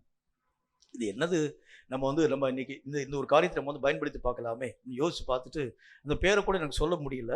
உடனே அது இருக்கக்கூடிய, அதாவது அந்த மெனு கார்டில் இருக்கக்கூடிய அந்த ஒரு காரியத்தை சுட்டி காமிச்சு அந்த இவரை பார்த்து சொன்னேன், அதாவது அந்த சர்வரை பார்த்து சொன்னேன், இந்த ஐட்டம் இந்த டிஷ் எனக்கு வேண்டாம் அப்படிங்கிறத பார்த்து சொன்னேன். சரிங்க, ஒரு 10 மினிட்ஸ் வெயிட் பண்ணுங்கன்னு சொன்னார். 10 நிமிஷம் வெயிட் பண்ணி இருக்கக்கூடிய இடத்துல 10 நிமிஷம் கழித்து அந்த டிஷ்ஷை கொண்டு வந்தாங்க. வேற ஒன்றுமே இல்லை, சாதாரணமான பொரியை கொஞ்சம் வறுத்து போட்டு அதில் 4 தக்காளியை வெட்டி போட்டு அதன் பின்பதாக 4 வெங்காயத்தை வெட்டி போட்டு லேசாக அப்படி ஒரு 2 வெள்ளைக்காயை போட்டு அதன் பின்பாக, அதாவது மேலே ஒரே ஒரு இந்த லெமன் ஸ்லைஸ் பண்ணி அப்படி ஸ்குவீஸ் பண்ணி விட்டுருக்காங்க. அவ்வளோதான். இதனுடைய விலையை பார்த்தா 560 ரூபா.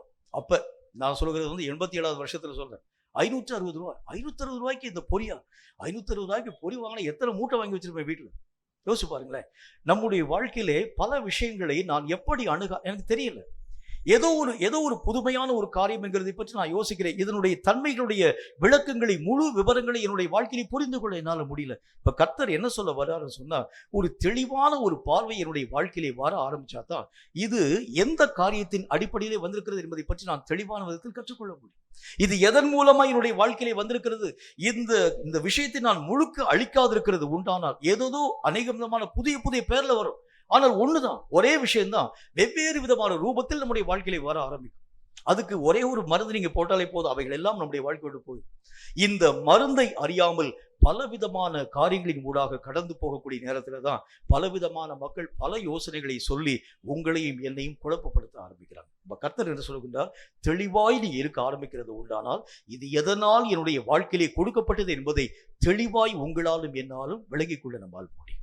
வேதம் சொல்லக்கூடிய வார்த்தையின் அடிப்படையில தெளிந்த மனம் நிறைந்தவர்களாய், தெளிந்த பார்வை உள்ளவர்களாய் உங்களுக்கு வரக்கூடிய பிரச்சனைகளை நீங்கள் தெளிவான அணுகுமுறையோடு நீங்க பாருங்க.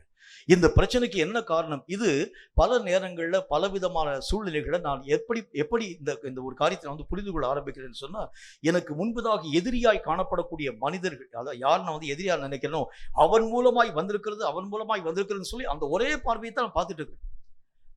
கொஞ்சம் நீங்க மாற்று பார்வையாக பார்த்து இது அவன் மூலமாய் வந்தது ஒரு புறமாய் இருக்க ஆரம்பித்தாலும் அந்த காரியங்களை என் வசமாக்குகிறதுக்கு ஏன்ட்ட என்ன குறைவு இருக்குன்னு பாருங்க.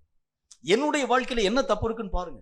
நான் பல நேரங்கள்ல பல மக்களை நான் பற்றி யோசிக்கிறேனே தவிர என் குற்றங்களை புரிய முடியாத தெளிவற்ற நிலைகள் என்னுடைய வாழ்க்கையில் இருக்கிறனாலதான் திரும்ப திரும்ப அதே விதமான பிரச்சனை வெவ்வேறு பேர்ல வெவ்வேறு ரூபத்துல வர ஆரம்பிக்கிறது. அப்ப இந்த ஒரு காரியம் ஒரு முறைக்கு 2 முறை என்னுடைய வாழ்க்கையில ரெட்டிப்பாக்கப்பட ஆரம்பிக்கிறது உண்டானால் உடனே உட்கார்ந்து ஆராய்ஞ்சு பார்த்து இவைகளிலே நின்று நீங்கள் காப்பாற்றப்பட வேண்டும் என்றால் ஒரே ஒரு மார்க்கம் தான் உண்டு. அதனுடைய வேர்களை வெட்டி எறிய வேண்டியது அவசியம். இது என்னுடைய வாழ்க்கையிலே எங்கே வேரூன்றி இருக்கக்கூடியதாக இருக்கிறது. இந்த காரியங்களை நான் அழித்து ஒழிக்க வேண்டும் என்றால் எதை விட்டு நான் சீராக்கப்பட வேண்டியது அவசியம். இதுவைகளை நான் ஆழமாய் தெளிவாய் புரிந்து கொள்ள ஆரம்பிச்சாலே போதும். வேதம் சொல்லக்கூடிய வார்த்தையின் அடிப்படையில வெற்றியான வாழ்க்கையை வாழ உங்களாலும் என்னாலும் ஆகும். இன்னும் ஒரே ஒரு காரியத்தை நான் சொல்லி என்னுடைய செய்தியை நிறைவு பண்ணுகின்றேன். கர்த்தருடைய வேதம் சொல்லக்கூடிய மற்றும் ஒரு வார்த்தையின் அடிப்படையில அப்போஸ்தலர் நடபடிகள் 26வது அதிகாரம் 18வது வசனம் இந்த வார்த்தையை நமக்கு சொல்கிறது. அப்போஸ்தலர் 26வது அதிகாரம் 18வது வசனம் இந்த வார்த்தையை நமக்கு சொல்கிறது. அதை நான் உங்களுக்கு வாசிக்கிறேன், கேளுங்க. அது என்ன விதமான வார்த்தை சொல்லுது பாருங்க. அவர்கள் என்னை பற்றும் விசுவாசத்தினாலே பாவ மன்னிப்பையும் பரிசுத்தமாக்கப்பட்டவர்களுக்குரிய சுதந்திரத்தையும் பெற்றுக்கொள்ளும்படியா அவர்கள் இருளை விட்டு ஒளியிடத்திற்கும் சாத்தானுடைய அதிகாரத்தை விட்டு தேவனிடத்திற்கும் திரும்பும்படிக்கு அவர்களுடைய கண்களை திறக்கும் பொருட்டு இப்பொழுது உன்னை அவர்களிடத்தில் அனுப்புகிறேன் என்றார். முக்கியமான காரியம் என்ன அப்படின்னா, இருளை விட்டு வெளிச்சத்திற்கு நேராகவும் சாத்தானை விட்டு கர்த்தருக்கு நேராகவும் கண்களை திறப்பக்கூடிய ஒரு தெளிவு. இன்னைக்கு இது அப்போஸ்தலனாகிய பரிசுத்த பவுலை பற்றி பேச ஆரம்பிச்சாலும் நிறைய நேரங்கள்ல நம்முடைய பார்வை எதை நோக்கி பார்க்க ஆரம்பிக்கிறது அப்படின்னா, நான் உங்களுக்கு ஈஸியாக புரிந்து கொள்ளக்கூடிய அளவுக்கு நான் உங்களுக்கு சொல்றேன். ஈஸியான ஒரு காரியத்தை உங்களுக்கு நான் சொல்ல வேண்டியது அவசியம்.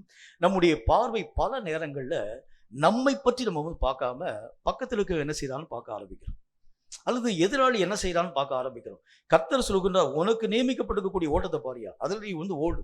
பக்கத்தில் இருக்கிற ஓடுறான் ஓடாம போற, அது 2வது காரியம். பக்கத்தில் இருக்கக்கூடிய ஊழியக்காரர் நிக்கிறா விழுந்து போறா, அது 2வது காரியம்.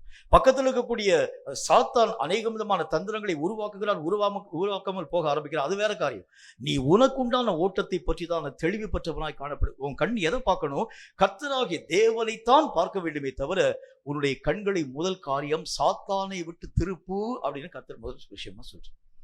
நிறைய நேரங்கள் நம்ம சாத்தானை கண்காணிக்கிறதுலேயே நம்முடைய ஓட்டத்தை நம்ம இழந்து போக ஆரம்பிச்சோம். இப்போ வந்துருவானோ, அப்புறம் வந்துருவானோ, இந்த மாதிரியான ஒரு பிரச்சனையை தந்துருவானோ என்று சொல்லி சாத்தானையே நீங்களும் நானும் நாள்தோறும் பார்க்க ஆரம்பிக்கிறோமே தவிர கர்த்தராகிய தேவனை லைட்டா ஒரு தடவை பார்த்துட்டு சாத்தானையே நெடுநேரம் பார்க்கக்கூடிய ஒரு மக்களா எப்படிப்பட்ட போர்வையில வருவா. கர்த்தர் சொல்றாரு, நீ உன்னுடைய ஓட்டத்தை பாரு, நீ என்னை பார்த்துட்டு உன்னுடைய ஓட்டத்துக்குள்ள ஓடு, நீ ஏன் அவனை பார்க்குற? நிறைய நேரங்களில் அநேக விதமான மக்கள் நம்ம இப்போ எக்ஸாம் எழுதக்கூடிய நேரம் வச்சுக்கோங்களேன், நீங்க எழுதக்கூடிய நேரத்தில் வேக வேகமாக எழுதிட்டு இருக்கிறீங்க. வேக வேகமாக எழுதி கொண்டிருக்கக்கூடிய நேரத்தில் திடீர்னு சொல்லி உங்களுடைய பார்வை உங்கள் பேப்பரை விட்டு பக்கத்தில் இருக்க எவ்வளவு வேகமாக எழுதுறான்னு பார்ப்போம். இது எல்லா விதமான மனிதனுக்கும் இயல்பான ஒரு வாழ்க்கை. கர்த்தர் சொல்கிறார், உன்னுடைய ஓட்டத்துல உனக்கு ஒரு தெளிவு இருக்க வேண்டுமே தவிர, பக்கத்துல இருக்கிற ஓடுறான் ஓடாம போறான், பக்கத்தில் இருக்கக்கூடிய சாத்தான் கிரியைகளை செய்யாம போறான், அது இரண்டாவது பட்சம். நீ உனக்குண்டான காரியங்களை விட்டு உன்னுடைய கண்களை திருப்பாத அளவிற்கு ஜாக்கிரதையாய் உன்னுடைய பார்வையை தெளிவாய் உன்னுடைய நடையின் மேல் நீ இருத்த வேண்டியது அவசியம் என்று கர்த்தர் நமக்கு சொல்லுகின்றார். இந்த மாதிரி தான் பலவிதமான மக்கள் தங்களுடைய ஓட்டத்தை இழந்து போக ஆரம்பிச்சாங்க. பலவிதமான மக்கள் சாத்தான் வந்துருவான் சொல்லி பயந்து சாத்தானையே தங்கள் வசமாய் கூட்டிக் கொண்டு வரவே ஆரம்பிச்சிட்டாங்க. எப்ப நான் சாத்தானை பற்றி நான் யோசிக்க ஆரம்பிக்கிறேனோ, நீங்க யோசிக்க அவன் உங்களுக்கு பக்கத்திலே வர ஆரம்பிச்சு. நீங்க கர்த்தரை யோசிச்சுட்டே இருந்தீங்கன்னா கர்த்தர் உங்க பக்கத்துல வந்துருவார். நீங்க சாத்தானையே நீங்க யோசிக்க ஆரம்பிக்க, இப்ப வந்துருவானோ, அப்புறம் வந்துருவானோ, கொஞ்சம் கழிச்சு வந்துருவானோ, ராத்திரி வந்துருவானோ, நள்ளிரவு வந்துருவானோ, இப்படி நீங்க யோசிக்க ஏதாகிலும் ஒரு வழியிலே சாத்தானுடைய தன்மைகள் உங்களுடைய வாழ்க்கையை தொட ஆரம்பிச்சு. அப்ப கர்த்தர் சொல்லுகின்றார், உன்னுடைய பார்வையை கர்த்தராக தேவனை விட்டு திருப்பாத அளவிற்கு ஜாக்கிரதையாய் உன்னுடைய பார்வையை அவர் மேல மட்டும் வைங்க. சாத்தான் என்ன தந்திரங்களை செயல்படுத்த ஆரம்பித்தாலும் உன் பார்வை கர்த்தராக தேவன் மேல் இருக்கிறது உண்டானால் எல்லா தந்திரங்களையும் முறிய பண்ண உன்னால முடியும். உனக்கு விரோதமாய் சாத்தான் எத்தனை ஆயுதங்களை உருவாக்க ஆரம்பித்தாலும் உன் கண்கள் கர்த்தராக தேவனை விட்டு திரும்பாதிருக்கிறது உண்டானால் அவனுடைய எல்லா தந்திரங்களையும் அடித்து ஒழிக்க உன்னால் முடியும். அதைத்தான் கர்த்தருடைய வேதம் சொல்ல ஆரம்பிக்கிறது. அந்த நாட்கள்ல காணப்பட்டிருக்கக்கூடிய எல்லா விதமான மக்கள், இப்ப உதாரணமாக ஒரே ஒரு எக்ஸாம்பிள் சொல்லி முடிச்சிட்டேன். ஆண்டவராகிய தேவனுடைய நாமத்தினாலே இஸ்ரவேல் மக்கள் வனாந்தரத்துல பெரிய பாவம் செஞ்சுட்டாங்க. பாவம் செய்தவுடன் கர்த்தராகிய தேவனுடைய கோபம் அவர்கள் மேல் வந்ததுனால வனாந்தரத்திலே கொள்ளிவாய் சர்ப்பங்களை ஆண்டவராகிய தேவன் அனுமதித்து பாளையத்தில் அநேக விதமான மக்களை கடித்து தீண்டும்படியாக கர்த்தர் மெய்யாகவே இந்த காரியங்கள் யாவற்றையும் அனுமதிச்சார். ஜனங்கள் எல்லாரும் பயந்து போயிட்டாங்க. ஐயோ, அந்த கொள்ளிவாய் சர்ப்பம் வருகிறது என்று சொல்லி கர்த்தருடைய நாமத்தினால் அவர்கள் புலம்பி அழக்கூடிய நேரத்தில் மோசே என்கிற மனிதன் கர்த்தரை நோக்கி ஜெபிக்கிறார். ஆண்டவரே, இந்த ஜனங்கள் செஞ்ச பாவத்தினுடைய காரியங்கள் யாவற்றையும் மன்னிச்சுட்டு இவங்களுக்கு இந்த இப்படிப்பட்ட அந்த பாம்பினுடைய விஷயத்திலிருந்து ஏதாகிலும் ஒரு தீர்வை தர வேண்டும் என்கிறதை பற்றி கர்த்தராகிய தேவன் சொல்ல ஆரம்பிச்சு. உடனே கர்த்தர் மோசையை பார்த்து ஒரு வார்த்தை சொல்றாரு, அந்த சர்ப்பம் மாதிரியே ஒரே ஒரு சர்ப்பம் ஒண்ணு நீ வெங்கலத்தை செய்ப்பா, இந்த சர்ப்பத்தை கொண்டு போய் ஜனங்களுக்கு முன்பதாக நிறுத்து. இந்த சர்ப்பத்தை எவன் பார்க்கிறானோ அவன் அந்த சர்ப்பத்தினுடைய எல்லா விதமான காரியத்திலிருந்து அவன் மெய்யாகவே காப்பாற்றப்படுவான். இப்ப கொஞ்சம் யோசிங்க, பக்கத்துல பாம்பினுடைய சத்தம் கேட்கும், வெங்கல சர்ப்பம் முன்னால நிற்கும், நீங்க எதை பார்ப்பீங்க? அது பாம்பினுடைய சத்தம் பின்னால கேட்குது, பக்கத்துல சரசரசரன்னு வருது, முன்னால வெங்கல சர்ப்பம் இருக்குது. நம்ம இப்ப எதை பார்க்க போகின்றோம்? சர்ப்பத்தை, வெண்கல சர்ப்பத்தை பார்த்தா நீங்க படிச்சிருவீங்க, பாம்பு பார்த்துட்டு நம்ம போட்டு தள்ளிடும். அவ வேதம் சொல்கிறதை போல எதிலே உன்னுடைய கண்கள் பதிக்கப்பட வேண்டும்? கர்த்தர் எதை கர்த்தராக தேவனை முன்னிறுத்தும் காரியங்களை விட்டு பின்னாக வரக்கூடிய ஏதாகிலும் சந்தடியின் மேல் உன்னுடைய கண்களை திருப்புகிறது உண்டானால் நீ தீண்டி இறந்து போய்விடுவார். அதைத்தான் கர்த்தர் சொல்லுங்க, உன் பார்வை அதெல்லாம் தெளிவு இருக்கணும். எது என்னுடைய வாழ்க்கையில தெளிவை உருவாக்க வேண்டும்? பக்கத்துல சத்தம் கேட்குது, ரொம்ப பக்கத்துல வந்த மாதிரி சத்தம் கேட்குது, காலுக்கு பக்கத்துல வர மாதிரி கேட்குது, அல்லது அதாவது என்னுடைய காலுக்கு பக்கத்துல அந்த பாம்புடைய மூச்சு உள்ள மாதிரி ஒரு சத்தம் கேட்குது. ஆண்டவரே, இதை நான் பார்க்கவா? அதாவது என்னுடைய கால்களிலே அந்த பாம்பு தீண்டி விடாத அளவுக்காக அந்த பாம்புக்கு முன்பதாக என்னுடைய கால்களை விளக்கலாமா வேண்டாமான்னு சொல்லி யோசிச்சால போட்டு கர்த்தர் சொல்வார், நீ பார்க்க வேண்டியது ஒண்ணுதான். வெண்கல சர்ப்பத்தை பார்த்துட்டு பக்கத்துல வந்துச்சுன்னா கூட அது பாட்டுக்கு ஓடி போயிடும். அதை நீ பாராமல் இந்த சர்ப்பத்தை பார்க்கிறது உண்டானால் நீ இந்த சர்ப்பத்தினால் தீண்டி இறந்து போயிடும். நீங்க இப்ப எதை பார்க்க போறீங்க? அதுதான் கர்த்தர் சொல்ல, உன் பார்வை எதை நோக்கி பார்க்க போகுது? அவிசுவாசமான காரியங்களை உன்னுடைய கண்கள் பார்க்கிறது உண்டானால் அவிசுவாசமே நம்முடைய வாழ்க்கையினுடைய பங்கா போகுது. விசுவாச கண்களை கொண்டு ஆண்டவராக தேவனுடைய நாமத்தினாலே சர்ப்பமா வெண்கல சர்ப்பமா என்று சொல்லக்கூடிய நேரத்துல கர்த்தர் காண்பிக்கக்கூடிய வழிகளின் மேலே வைக்கக்கூடிய நம்பிக்கையை நீ வைக்கிறது உண்டானால் கொள்ளிவாய் சர்ப்பம் செத்து போயிடும், வெண்கல சர்ப்பத்தினால் நீயும் நானும் காப்பாற்றப்பட்டு. வேதம் சொல்லக்கூடிய வார்த்தையின் அடிப்படையில் ஆண்டவராகிய தேவனுக்குள் காணப்படக்கூடிய உங்களுக்கும் எனக்கு ஒரு தெளிவு இருக்கணும். என்ன தெளிவு இருக்கணும்? எதை என்னுடைய கண்களிலே நான் பார்க்கணும், எது என்னுடைய வாழ்க்கையிலே முன்னோடியாக இருக்கணும், எதை நான் பின்பற்றி கடந்து போக வேண்டும், எது எனக்கு வழிகாட்டியாக காணப்பட வேண்டும், இவைகளை நான் என்னுடைய வாழ்க்கையை பின்பற்றுகிறது உண்டானால் தடையில்லாத ஓட்டத்தை ஓட உங்களாலும் என்னாலும் ஆகும் என்கிறதில் சந்தேகம் ஒன்றுமில்லை. தலைகளை தாழ்த்தி கண்களை மூடி கர்த்தருடைய வார்த்தைக்காக உள்ளத்தை திறந்து நாம் ஒருமனப்பட்டவர்களாய் ஜெபம் செய்வோம். கர்த்தர் பேசின அந்த வார்த்தையின் அடிப்படையில் தேவையில்லாத காரியங்களிலே கண்கள் பறக்க விடப்படக்கூடிய அந்த நிலைகளை விட்டு நாம் விலக வேண்டும் என்று கர்த்தர் நமக்கு சொன்னார். இரண்டாவது காரியமாக வேதம் சொல்லக்கூடிய வார்த்தையின் அடிப்படையிலே ஆயத்தப்படுத்தப்படக்கூடிய நிலைகள், இரவிலே தூங்கக்கூடிய மக்கள் தூங்குவாங்க, பகலுக்குரிய மக்களாகிய நீங்களோ வென்றால் ஆயத்த நிலையிலே காணப்பட வேண்டும் என்கிறதை பற்றி கர்த்தர் பேசினார். மூன்றாவது விஷயமாக நம்முடைய இலக்கு ஒரு சாத்தானை அடிக்கிறது மட்டுமல்ல, சாத்தானுடைய ஒட்டு மொத்த ராஜ்யத்தையும் தகர்க்கும்படிக்காக உருவாக்கப்பட்டோம். ஒரு பிரச்சனையை மட்டுமல்ல, இந்த பிரச்சனையுடைய ரூட்டையே நீங்களும் நானும் வெட்டி எறிய வேண்டியது அவசியம். என்னுடைய இலக்கு எதுவாக இருக்கிறதுன்னு பாருங்க. இப்போ வரக்கூடிய பிரச்சனைக்கு இந்த நேரத்துக்கு உரிய அந்த ரெமடியை மாத்திரம் நான் வச்சிருந்தா போதுமா? இல்லை. இன்னும் அதனுடைய வேறு பகுதியை நான் மெய்யாகவே அழித்தால் மட்டும்தான் திரும்ப அந்த பிரச்சனையினுடைய வாழ்க்கையிலே தலையெடுக்க முடியாது என்பதை பற்றி நான் கற்றுக்கொள்ள ஆரம்பிச்சேன். கடைசியாக வேதம் சொல்லக்கூடிய வார்த்தையின் அடிப்படையில் ஆண்டவராகிய தேவனுடைய நாமத்தினால என் நிலைகளை நான் உணர்ந்து கொள்ளக்கூடிய அளவிற்காக என் கண்கள் எதை நோக்கி இருக்கிறது? கர்த்தாவே உமக்கு ஸ்தோத்திரம். எனக்கு தீங்கு செய்யும் சாத்தானை நோக்கியா? என்னை ரட்சிக்கும் கர்த்தரை நோக்கியா?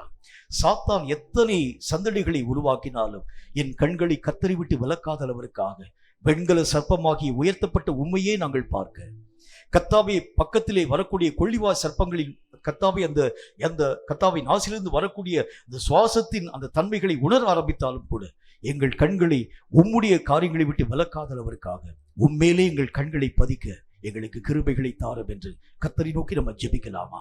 எதற்காக நான் பிடிக்கப்பட்டேன்? என் கண்கள் தெளிவு பெற்ற ஒரு வாழ்க்கை வாழும்படிக்காக அழைக்கப்பட்டேனே. இப்ப நான் எதை நோக்கி கடந்து போகிறேன்னு பாருங்க. நிறைய விஷயத்துல தெளிவற்ற ஒரு வாழ்க்கை வாழ ஆரம்பிச்சனால தானே என்னால் போராட முடியாதவனாய், மற்றவனுடைய பலத்தை சார்ந்து, மற்றவனுடைய ஜபத்தை சார்ந்து, மற்றவனுடைய ஊழியத்தை சார்ந்து நான் தனித்து நிற்க முடியாதவனாய் காணப்பட ஆரம்பிக்கிறேன். இப்ப கர்த்தர் சொல்லக்கூடிய வார்த்தையின் அடிப்படையில் எனக்கு ஒரு தெளிவை தாங்க ஆண்டவரே. எதை நோக்கி நான் கடந்து போகணும்? எனக்கு விரோதமாய் வரக்கூடிய ஆயுதங்களின் கூறுகளை எப்படி நான் மடங்கடிக்க வேண்டும்? ஒவ்வொரு காரியத்தையும் நான் இந்த நாளிலே என் வாழ்க்கையிலே புரிந்து கொள்ள எனக்கு ஏற்ற கிருபைகளை தாரும் என்று கர்த்தரை நோக்கி உள்ளத்தை திறந்து நாம் ஒருமனப்பட்டவர்களாய் நாம் ஜெபிக்க வேண்டியது அவசியம். Thank you my father. கர்த்தருக்கு நேராக ஒரு இருதயத்தின் ஆழத்தை திறந்து நம்ம ஜெபிக்க வேண்டும். கர்த்தர் இந்த நாளிலே பேசின அந்த வார்த்தையின் அடிப்படையில், கர்த்தர் பேசின அந்த வார்த்தையினுடைய காரியத்தின் அடிப்படையில் உள்ளத்தின் கதவுகளை திறந்து நம்ம ஒப்புக் கொடுக்கலாம். Thank you my father, thank you my Lord. கர்த்தர் பேசி சொன்ன காரியத்துல எவைகள் எல்லாவற்றிலும் கூட இன்றளவும் நான் வெற்றி பெற முடியாத ஒரு வாழ்க்கை வாழ்றேன். இன்றைக்கு இருக்கும் ஒரு கிறிஸ்தவ வாழ்க்கை எனக்கு தோற்று போகக்கூடிய ஒரு வாழ்க்கையா இருக்கிறதே ஆண்டவரே. என் வாழ்க்கை நிலைகளை மாற பண்ண வேண்டும் என்று உம் நாமத்தினால் நான் ஜெபிக்கிறேன் என்று கர்த்தரை நோக்கி நாம் ஒருமனப்பட்டவர்களா நாம் ஜெபிக்க வேண்டியது அவசியம். கண்களை தூய்மையாக்கும் கர்த்தாவுமை பார்க்கணுமே. கண்களை தூய்மையாக்கும் கர்த்தாவுமை பார்க்கணுமே. என் காதினை திறந்தருளும் கர்த்தரும் குரல் கேட்கணும். என் காதுகள் திறந்தருளும் கர்த்தரும் குரல் கேட்கணும். உகந்த காணிக்கையா ஒப்பு கொடுத்தேனையா. சுகந்த வாசனையா நுகர்ந்து மகிழுமையா. என்னை சுகந்த வாசனையா நுகர்ந்து மகிழுமையா. வேண்டாத பலவீனங்கள் ஆண்டவா முன்வைக்கிறே. வேண்டாத பலவீனங்கள் ஆண்டவா முன்வைக்கிறே. மீண்டும் தலை தூக்காமல் மாண்டு மடியட்டுமே. மீண்டும் தலை தூக்காமல் மாண்டு மடியட்டுமே. உகந்த காணிக்கையா ஒப்பு கொடுத்தேனையா. சுகந்த வாசனையா நுகர்ந்து மகிழுமையா. எம்மை சுகந்த வாசனையா. நுகர்ந்து மகிழுமையா. வேண்டாதவைகளை விட்டு எங்கள் கண்களை விளக்க கிருபை தாரும். வேண்டாதவைகளை எங்கள் இருதயம் நுழையாத அளவிற்கு எங்கள் இருதயத்தை பாதுகாத்துக் கொள்ளும். வேண்டாதவைகளிலே நாங்கள் எங்களுடைய காலங்களை வீணாக்க விடாத அளவிற்காக எங்கள் காலங்களை பயன்படுத்த ஞானத்தை தாரும். இந்த வார்த்தைகளை கேட்ட உம்முடைய பிள்ளைகளுடைய வாழ்க்கை இன்று முதல் சீராக்கப்பட நாமத்தினால் உம்முடைய பிள்ளைகளுக்காக நான் ஜெபிக்கிறேன் சுவாமி. தேவையில்லாத காரியங்களுக்காக அல்ல, தேவையான நல்ல பங்குகளை தேர்ந்தெடுத்துக் கொள்ள, தேவையான விஷயங்களின் ஊடாக கடந்து போக, தேவையற்ற அநேகம் காரியங்களை விட்டு விலக்கி கர்த்தராகிய தேவனுக்கு உண்டான சித்தத்தின் ஊடாக கடந்து வர வந்திருக்கும் ஒவ்வொரு பிள்ளைகளுக்கும் கர்த்தர் நீர் கிருபைகளை தர வேண்டும் என்று நான் ஜெபிக்கிறேன். இந்த வார்த்தைகள் யாருக்கோ அல்ல, எங்களுக்காய் உரைக்கப்பட்டவர்கள் என்பதை அறிந்து உணர கிருபைகளை தாரும். அந்தந்த நேரத்திற்கு வரக்கூடிய ரெமெடி அல்ல கர்த்தாவே, முழுவதும் அழிய பண்ணக்கூடிய அளவிற்காக அதனுடைய வேர்களை பிடுங்கி எறியத்தக்கதான ஞானத்தை கிருபையை வந்திருக்கும் ஒவ்வொரு பிள்ளைகளுக்கும் தந்து சாத்தானை எவ்வளவேனும் உயர விடாத அளவிற்காக, சாத்தானை நாங்கள் எங்கள் வாழ்க்கையிலே ஒரு விஷயத்திலும் மேன்மைப்படுத்தாத அளவிற்காக, நாங்கள் அவிசுவாசிக்கிறது உண்டானால் சாத்தான் எங்கள் நிமித்தம் மேன்மைப்படுத்தப்படுகிறார். நாங்கள் அவிசுவாசியாக இராமல் விசுவாசத்திலே சாத்தானின் எல்லா விதமான வேர்களை இயேசுவின் நாமத்தினால் சுட்டரிக்க கிருபைகளை தந்து ஆசீர்வதிக்க வேண்டும் என்று நாங்கள் ஜெபிக்கிறோம். இந்த வார்த்தைகளை கேட்ட உம்முடைய பிள்ளைகளுடைய வாழ்க்கையிலே அவர்களை அறியாத ஒரு புதிய பலம் அவர்கள் நிலைகளை பற்றி பிடிப்பதாக இன்று முதல் கர்த்தருடைய நாமத்தினால் தெளிவான பார்வை பெற்ற மக்களாக தங்களை சுற்றிலும் நடக்கக்கூடிய ஒவ்வொரு காரியங்களையும் இனம் புரிந்து அவைகளை இயேசுவின் நாமத்தினால் மேற்கொள்ளும் ஒரு கர்த்தாவை சத்துவம் பெற்ற மக்களால் ஒவ்வொருவரையும் கர்த்தரில் உருவாக்கி தர வேண்டும் என்று நான் ஜெபிக்கிறேன். கர்த்தருடைய கிருபை இந்த பிள்ளைகளுடைய வாழ்க்கையிலே பரிபூர்ணமாய் விளங்குவதாக கர்த்தர் கற்றுக்கொண்டு நிச்சயத்தை இந்த வசனங்களிலே ஒவ்வொருவரும் நிலைத்து நின்று நாமத்தை மகிமைப்படுத்த கிருபை தர வேண்டும் என்று இயேசு கிறிஸ்துவின் நாமத்தினால் ஜெபித்திருக்கிறோம் எங்கள் பரிசுத்தமுள்ள நல்ல பிதாவே. ஆமேன், ஆமேன். கர்த்தருடைய ஆசீர்வாதத்தை ஆமேன் என்று சொல்லி நாம் பெற்றுக்கொள்ளுவோம். கர்த்தர் உன்னை ஆசீர்வதித்து உன்னை காக்க கடவர். ஆமென். கர்த்தர் தம்முடைய முகத்தை உன்மேல் பிரகாசிக்க பண்ணி உன்மேல் கிருபையாய் இருக்க கடவர். ஆமென். கர்த்தர் தம்முடைய முகத்தை உன்மேல் பிரசன்னமாக்கி உனக்கு சமாதானம் கட்டளையிட கடவர். ஆமென். என் ஆத்துமாவை கர்த்தரை ஸ்தோத்திரி, என் முழு உள்ளமையுடைய பரிசுத்த நாமத்தை ஸ்தோத்திரி. என் ஆத்துமாவை கர்த்தரை ஸ்தோத்திரி, கர்த்தர் செய்த சகல உபகாரங்களையும் மறவாதே. ஆமென், ஆமென்.